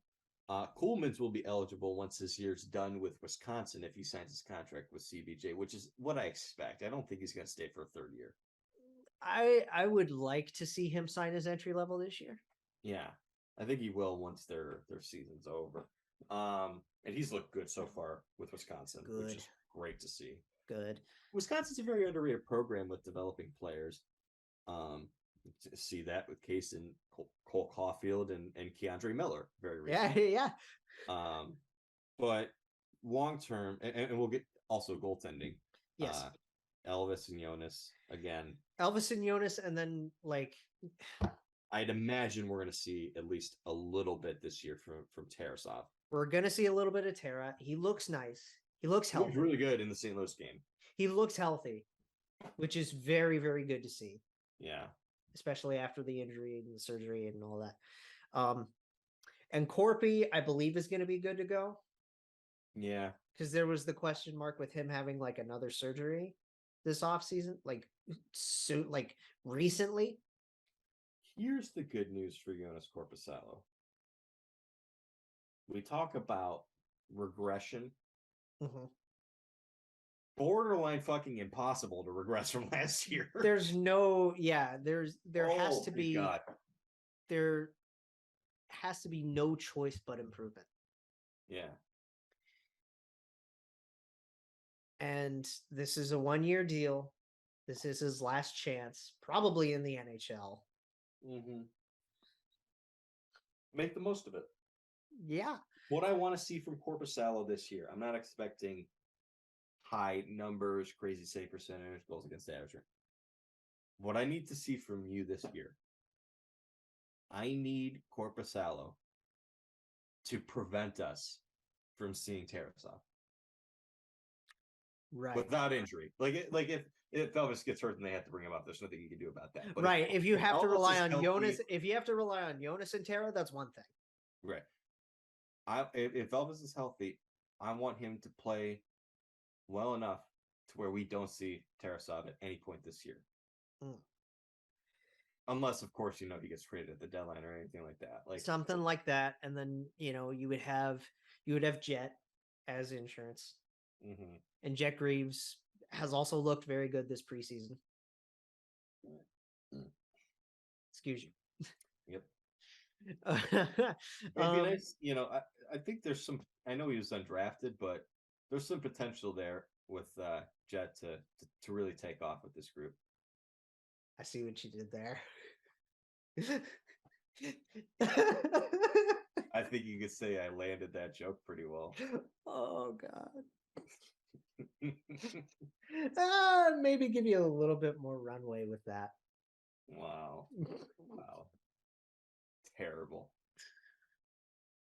You laughed. I did laugh. I'm corny as shit. That's what we do, man. That's what we do. So we know what the expectations are for a lot of the individuals on this team. Yeah. At least as individuals, right? And we hope to see this team get off to a good start out the gate. Like last year. Yeah. But at the same time, I have sixth. I have them at 7th. And I think it's going to be close 7th. I think this division it's not great because it's still one of the most, like, we talk about, it's a competitive division in that there's not much drop off. In my opinion, there's Carolina 1 and then collection of teams that are pretty close together. Well, that's the thing about the Metro is it's always been extremely competitive with your typicals at the top with Carolina and Pittsburgh and Washington. But then you also have group. Well, you also sure, Philly took a huge drop off. Mm-hmm. New Jersey tries to improve every year. Columbus is working their way up. Mm-hmm. And they were very good for a long time in that division too. And New York, or the Islanders, have their ups and downs. Yeah. Right. But when it comes to those 4 teams, there also is a lot of very competitive infighting. Yeah. So when I say 7th, I know people instinctively, when you look at a team that was basically 500 last year and then they add Johnny Gaudreau, how can that team finish 7th in this division? Well, I think that this team played above their weight last year. Yeah. And there's positives and negatives to that. The positive is they overcame a lot and they played very well. And it was fun to watch. It was a very turbulent season. Like I know we didn't make the playoffs, but it was fun, wasn't it? The season started in July for us after Kivy passed. That's basically when the season started for the Columbus Blue Jackets last year. Right. And that was a huge overtone. And other things that happened on top of that too. You traded away Seth Jones. You got rid of John Tortorella. Yes. You traded away Cam Atkinson. There was a lot of turnover with the roster and a lot of question marks. A lot of fan favorites. So, and this year you didn't have as much of that, but you did trade away Oliver Bjorkstrand. Mm-hmm. So how does this team not improve? I think for me, I think we're going to see some players take a step forward and other players take a step back. Yeah. Cole Sillinger is someone I really like. Mm-hmm. I think he's going to be really good. Yes. I don't think he's going to take a huge step this year because you're in it's a sophomore year. We're not exactly sure where you're playing in the lineup. Mm-hmm. There's going to be some confusion there. That's my problem with this team is there's too much confusion. There's too many questions and not enough answers, I think. We had a lot of line shuffling last year. Mm-hmm. just because it was Brad's first year as a coach and he's trying to figure out what works. I think the biggest thing is the first line is going to be the most intact. Yeah. Everybody else, well, the middle six is going to shuffle a lot. I think the fourth line and the first line are both lines that you can keep pretty intact throughout the majority of the season. Right. Because the biggest thing for me with the fourth line is the right wing spot, right? Yeah. Yeah. You're going to have Robbie, you're going to have Sean. Those guys are going to be mainstays. You'll see Sashnikov at times there. You'll see Olivier at times there. We might see Marchenko at times there. It's a lot. And I think there's, honestly, so like there's a lot of questions at forward. I think forward we're eventually going to get this figured out. And there's a lot of potential at forward and on defense for the future. And that's why I like this future. I like how this rebuild's going. It's an accelerated rebuild. Long term, I'm excited. I'm optimistic. But this upcoming season, there's too many question marks still on defense and at forward and in net with Korpisalo for me to think that they're going to finish in the top half or close to the top half of this division. And that's why I say sixth, which is more like middle of the pack. Right? Jarmo is ready to be competitive again. But and I expect them to be competitive. I think I know that it sounds crazy like seventh, but I think point range, I have them finishing in the 77 to 81 point range. Very similar to last year. I can see a very slight improvement on that. I can see 78 to 84, maybe 85. Okay. And that I think that what this accounts for is we expect regression from last year, but that regression is offset by bringing in someone like Johnny Gaudreau. Yes, exactly. Similar finish, it's just other pieces kind of taper off a little bit. One player doesn't completely make or break anything. Right. But at the same time, if you bring in a superstar like a Gaudreau, that's going to push enough to give a slight edge. Yes. And it does more than just on ice, too. It brings a major excitement to the fan base and the organization, which is incredibly positive for what this rebuild is. And I think a lot of people make this comparison to Panarin, and I agree. How many times did we say that Jarmo killed the narrative? Yeah, well, and when I say Panarin, I mean like in terms of rebuild, getting a player like this in the midst of a rebuild and accelerating that rebuild and bringing some excitement. That was so huge for the Rangers when they got Panarin. Yes. This is so huge for the Blue Jackets.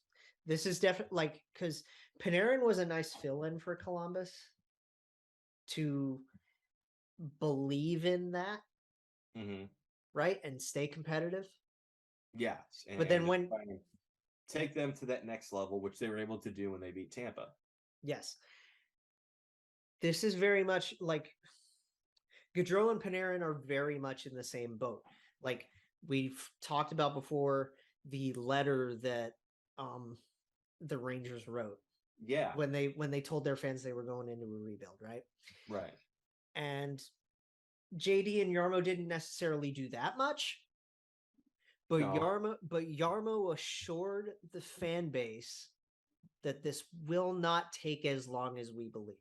Right.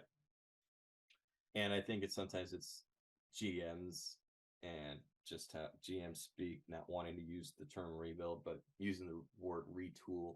Retool or reset. Like reset is a big word that Jarmo's been throwing around. I like it. I think it matches with the results. Yes. But I still think this team is a year away from getting back into the playoff mix in terms of actually being a legitimate playoff contender. Well, you know what, Jay? The Johnny Gaudreau era is upon us. And even if this team's not great this year, enjoy it. He gets 7 years of this. Maybe more if he signs the contract after. But for right now, his contract, we have 7 years of this. Don't take it for granted. You've got your jersey already. Yep. First ever time I got in a white Blue Jackets jersey. I know. I'm looking forward to getting one for my birthday or Christmas. And I'm doing the same thing. Let's go, baby. It looks so clean. And that is it for preview season. I think preview season was a success. We have... And I enjoyed doing this with you. We have one more Tuesday show before the Blue Jackets begin games. Mm-hmm. So we will see you all. Jake Jackets, a podcast for fifth liners and all puckheads around. Follow the guys on Twitter at Snake Gehringer, GARRINGER, and at by J Ashdown. And subscribe on YouTube or wherever you listen. March on.